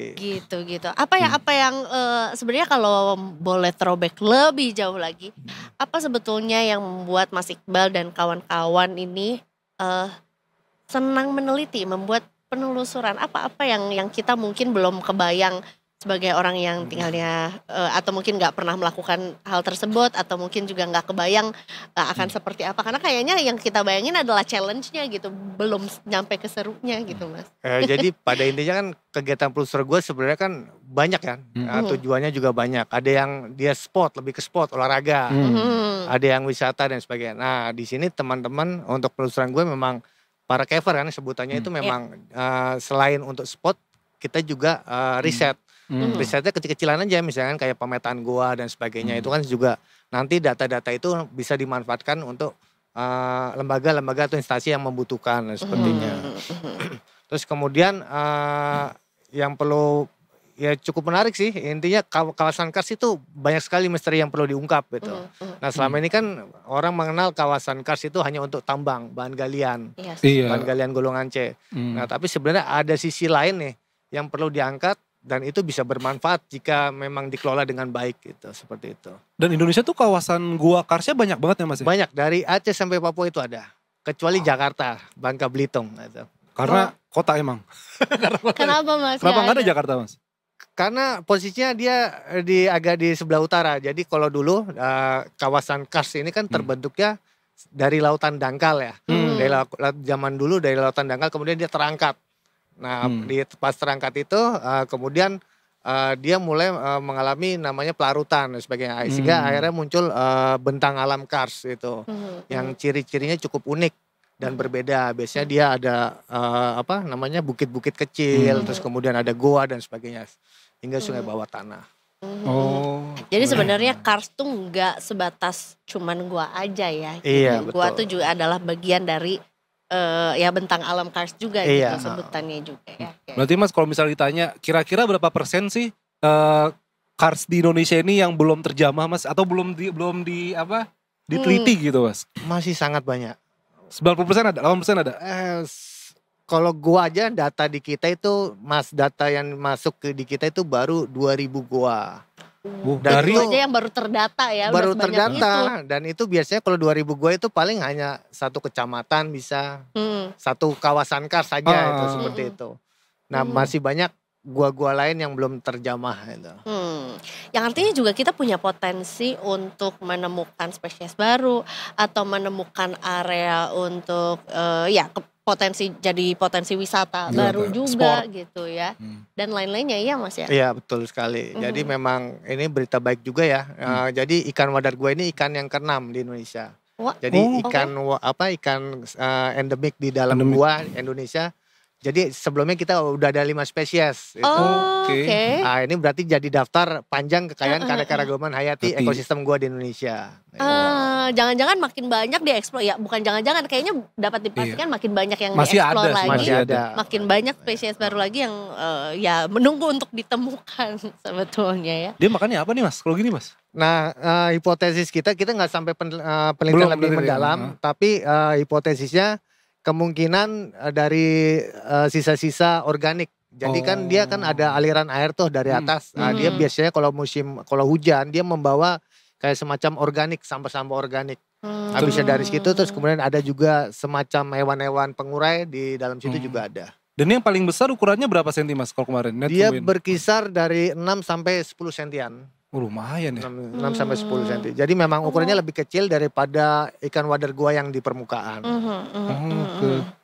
Dibandingkan sama yang lain selain ukurannya, wadar gua yang paling menarik itu yang paling karakter yang menunjukkan dia beda spesies dengan yang lainnya itu dari mata, indera penglihatan. Jadi wadar Barbodes clapanunggalensis ini sama sekali dia tidak punya mata. Dalam artian orbital cekungannya itu benar-benar ketutup sama kulit. Jadi rata. Sama kayak ikan-ikan di laut itu loh yang gak punya mata. Yang di bawah banget, di zona paling bawah. Sama gak? Ya misalnya kayak gitu tipenya gitu kan. Tipenya. Nah kalau ini kan menariknya dia di air tawar. Jadi memang proses adaptasinya cukup lama, proses evolusinya lama. Sehingga memunculkan karakter morfologi yang memang unik dan berbeda itu. Seru banget. Kita mah cuman bagian dapat informasi aja. Jadi seru banget padahal Mas Iqbal sama kawan-kawan kesananya luar biasa ya perjuangan untuk sampai ke titik sana gitu ya. Berarti di gua apa tadi Mas? Aku lupa namanya. Cisodong 1 masih akan terus dieksplor lagi di titik yang sama atau? Iya, kita juga ada beberapa tawaran untuk penelitian lebih lanjut. Tapi yang paling penting adalah intinya ke depannya bagaimana mengkonservasi area itu. Itu yang paling tantangannya. Karena kan kalau dulu di 2022 itu jarak dari gua tersebut sampai dengan area tambang itu 1 kilo. Nah sekarang setelah kita teliti lagi tuh tinggal jaraknya 600 meter. Kenapa bisa mendekat gitu Mas? Apa yang terjadi? Ya karena memang sudah memang untuk area untuk bahan galian kan kalau di sana itu seperti itu. Konservasinya emang harus dijaga sih. Jadi memang butuh dukungan dari para stakeholder termasuk pemerintah untuk menjaga karena memang cuman di gua itu aja. Di Cisodong 1 itu. Dan di goa itu pun juga jumlahnya nggak banyak, bukan masif juga gitu ya. Oke. Seru sekali. Berarti selanjutnya apalagi yang kita mungkin biar tahu update-nya dari Mas Iqbal dan tim? Tetap kita akan terus mendata karena masih banyak lagi termasuk ada beberapa spesies cadangan. Ibaratnya kita nanti bisa diteliti lebih lanjut. Itu spesies cadangan. Jadi kayak di gatekeep nih. Kayak pemain bola ya, ada cadangan. Masalahnya kalau itu kan dikasih tahu ini enggak kayaknya ya. Iya, jadi memang butuh riset lebih mendalam kan untuk menentukan ini jenis baru apa enggak. Harus dicek lagi harus gitu. dicek lagi. Oke, jadi masih akan terus meneliti itu. Iya, betul sekali. Karena memang di Kelapa Nunggal itu ada 170 gua kita data dan masih banyak yang belum kita jamah itu. Itu baru Kelapa Nunggal, belum ngomongin Pulau Jawa, belum ngomongin Indonesia. Wah. Iya, benar menarik sekali. Kita bisa cari tahu update-nya lagi di mana, Mas? Ada di Indonesian Speedway Society, di webnya ada Cavs or ID, terus kemudian di Latgab Kevin Jabodetabek dan Gema Belantara juga ada. Mantap, jadi kita cari tahu di situ ya. Iya. Biar kerjasama nggak sama apa yang meliput gitu atau dia dengan dunia internasional biar tahu nih kalau Indonesia punya spesies-spesies baru. Iya, termasuk kemarin di jurnal juga kan beberapa dari reviewer jurnalnya juga dari luar tuh. Kita juga minta bantuan mereka untuk radiograf dan sebagainya gitu. Seru. Ditunggu penemuan antiknya lagi. Antiknya lagi. Seru, Detikers tadi kamu mau ikut mau lah, penelusuran mau juga? banget. Nanti nama Mas Iqbal. Iya. Nah, aku paling bawah ditinggal di situ. Nah, lama-lama nanti kamu evolusi jadi gue ya. Iya. Jadi putih banget tuh karena kan nggak kena matahari. Iya benar. Tapi nggak ada matanya ya. Jangan dong ya. Oh iya, bisa Mas kalau misalnya untuk gua Cisodong ini terlalu beresiko. Oh jangan. Karena memang rawan batuan jatuh. Nah itu. Tapi nanti kedepannya mungkin perlu kita pikirkan gimana caranya biar itu juga bermanfaat untuk masyarakat lokal. Iya, bisa langsung datang ke sana ngeliatin the new world. A whole new world. Iya. Baik, kalau gitu kita tunggu aja update berikutnya ya. Siap. Mas Iqbal, terima kasih banyak sudah menempuh jalan yang jauh dan panjang menuju tendean. Dari perut bumi loh. Jadi sebenarnya kita tuh langsung kayak Mas Iqbal, ayo Mas siaran. Naik dulu lama ya.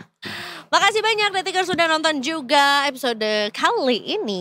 Kita pasti besok akan kembali di jam dan waktu yang sama. Oke, waktunya.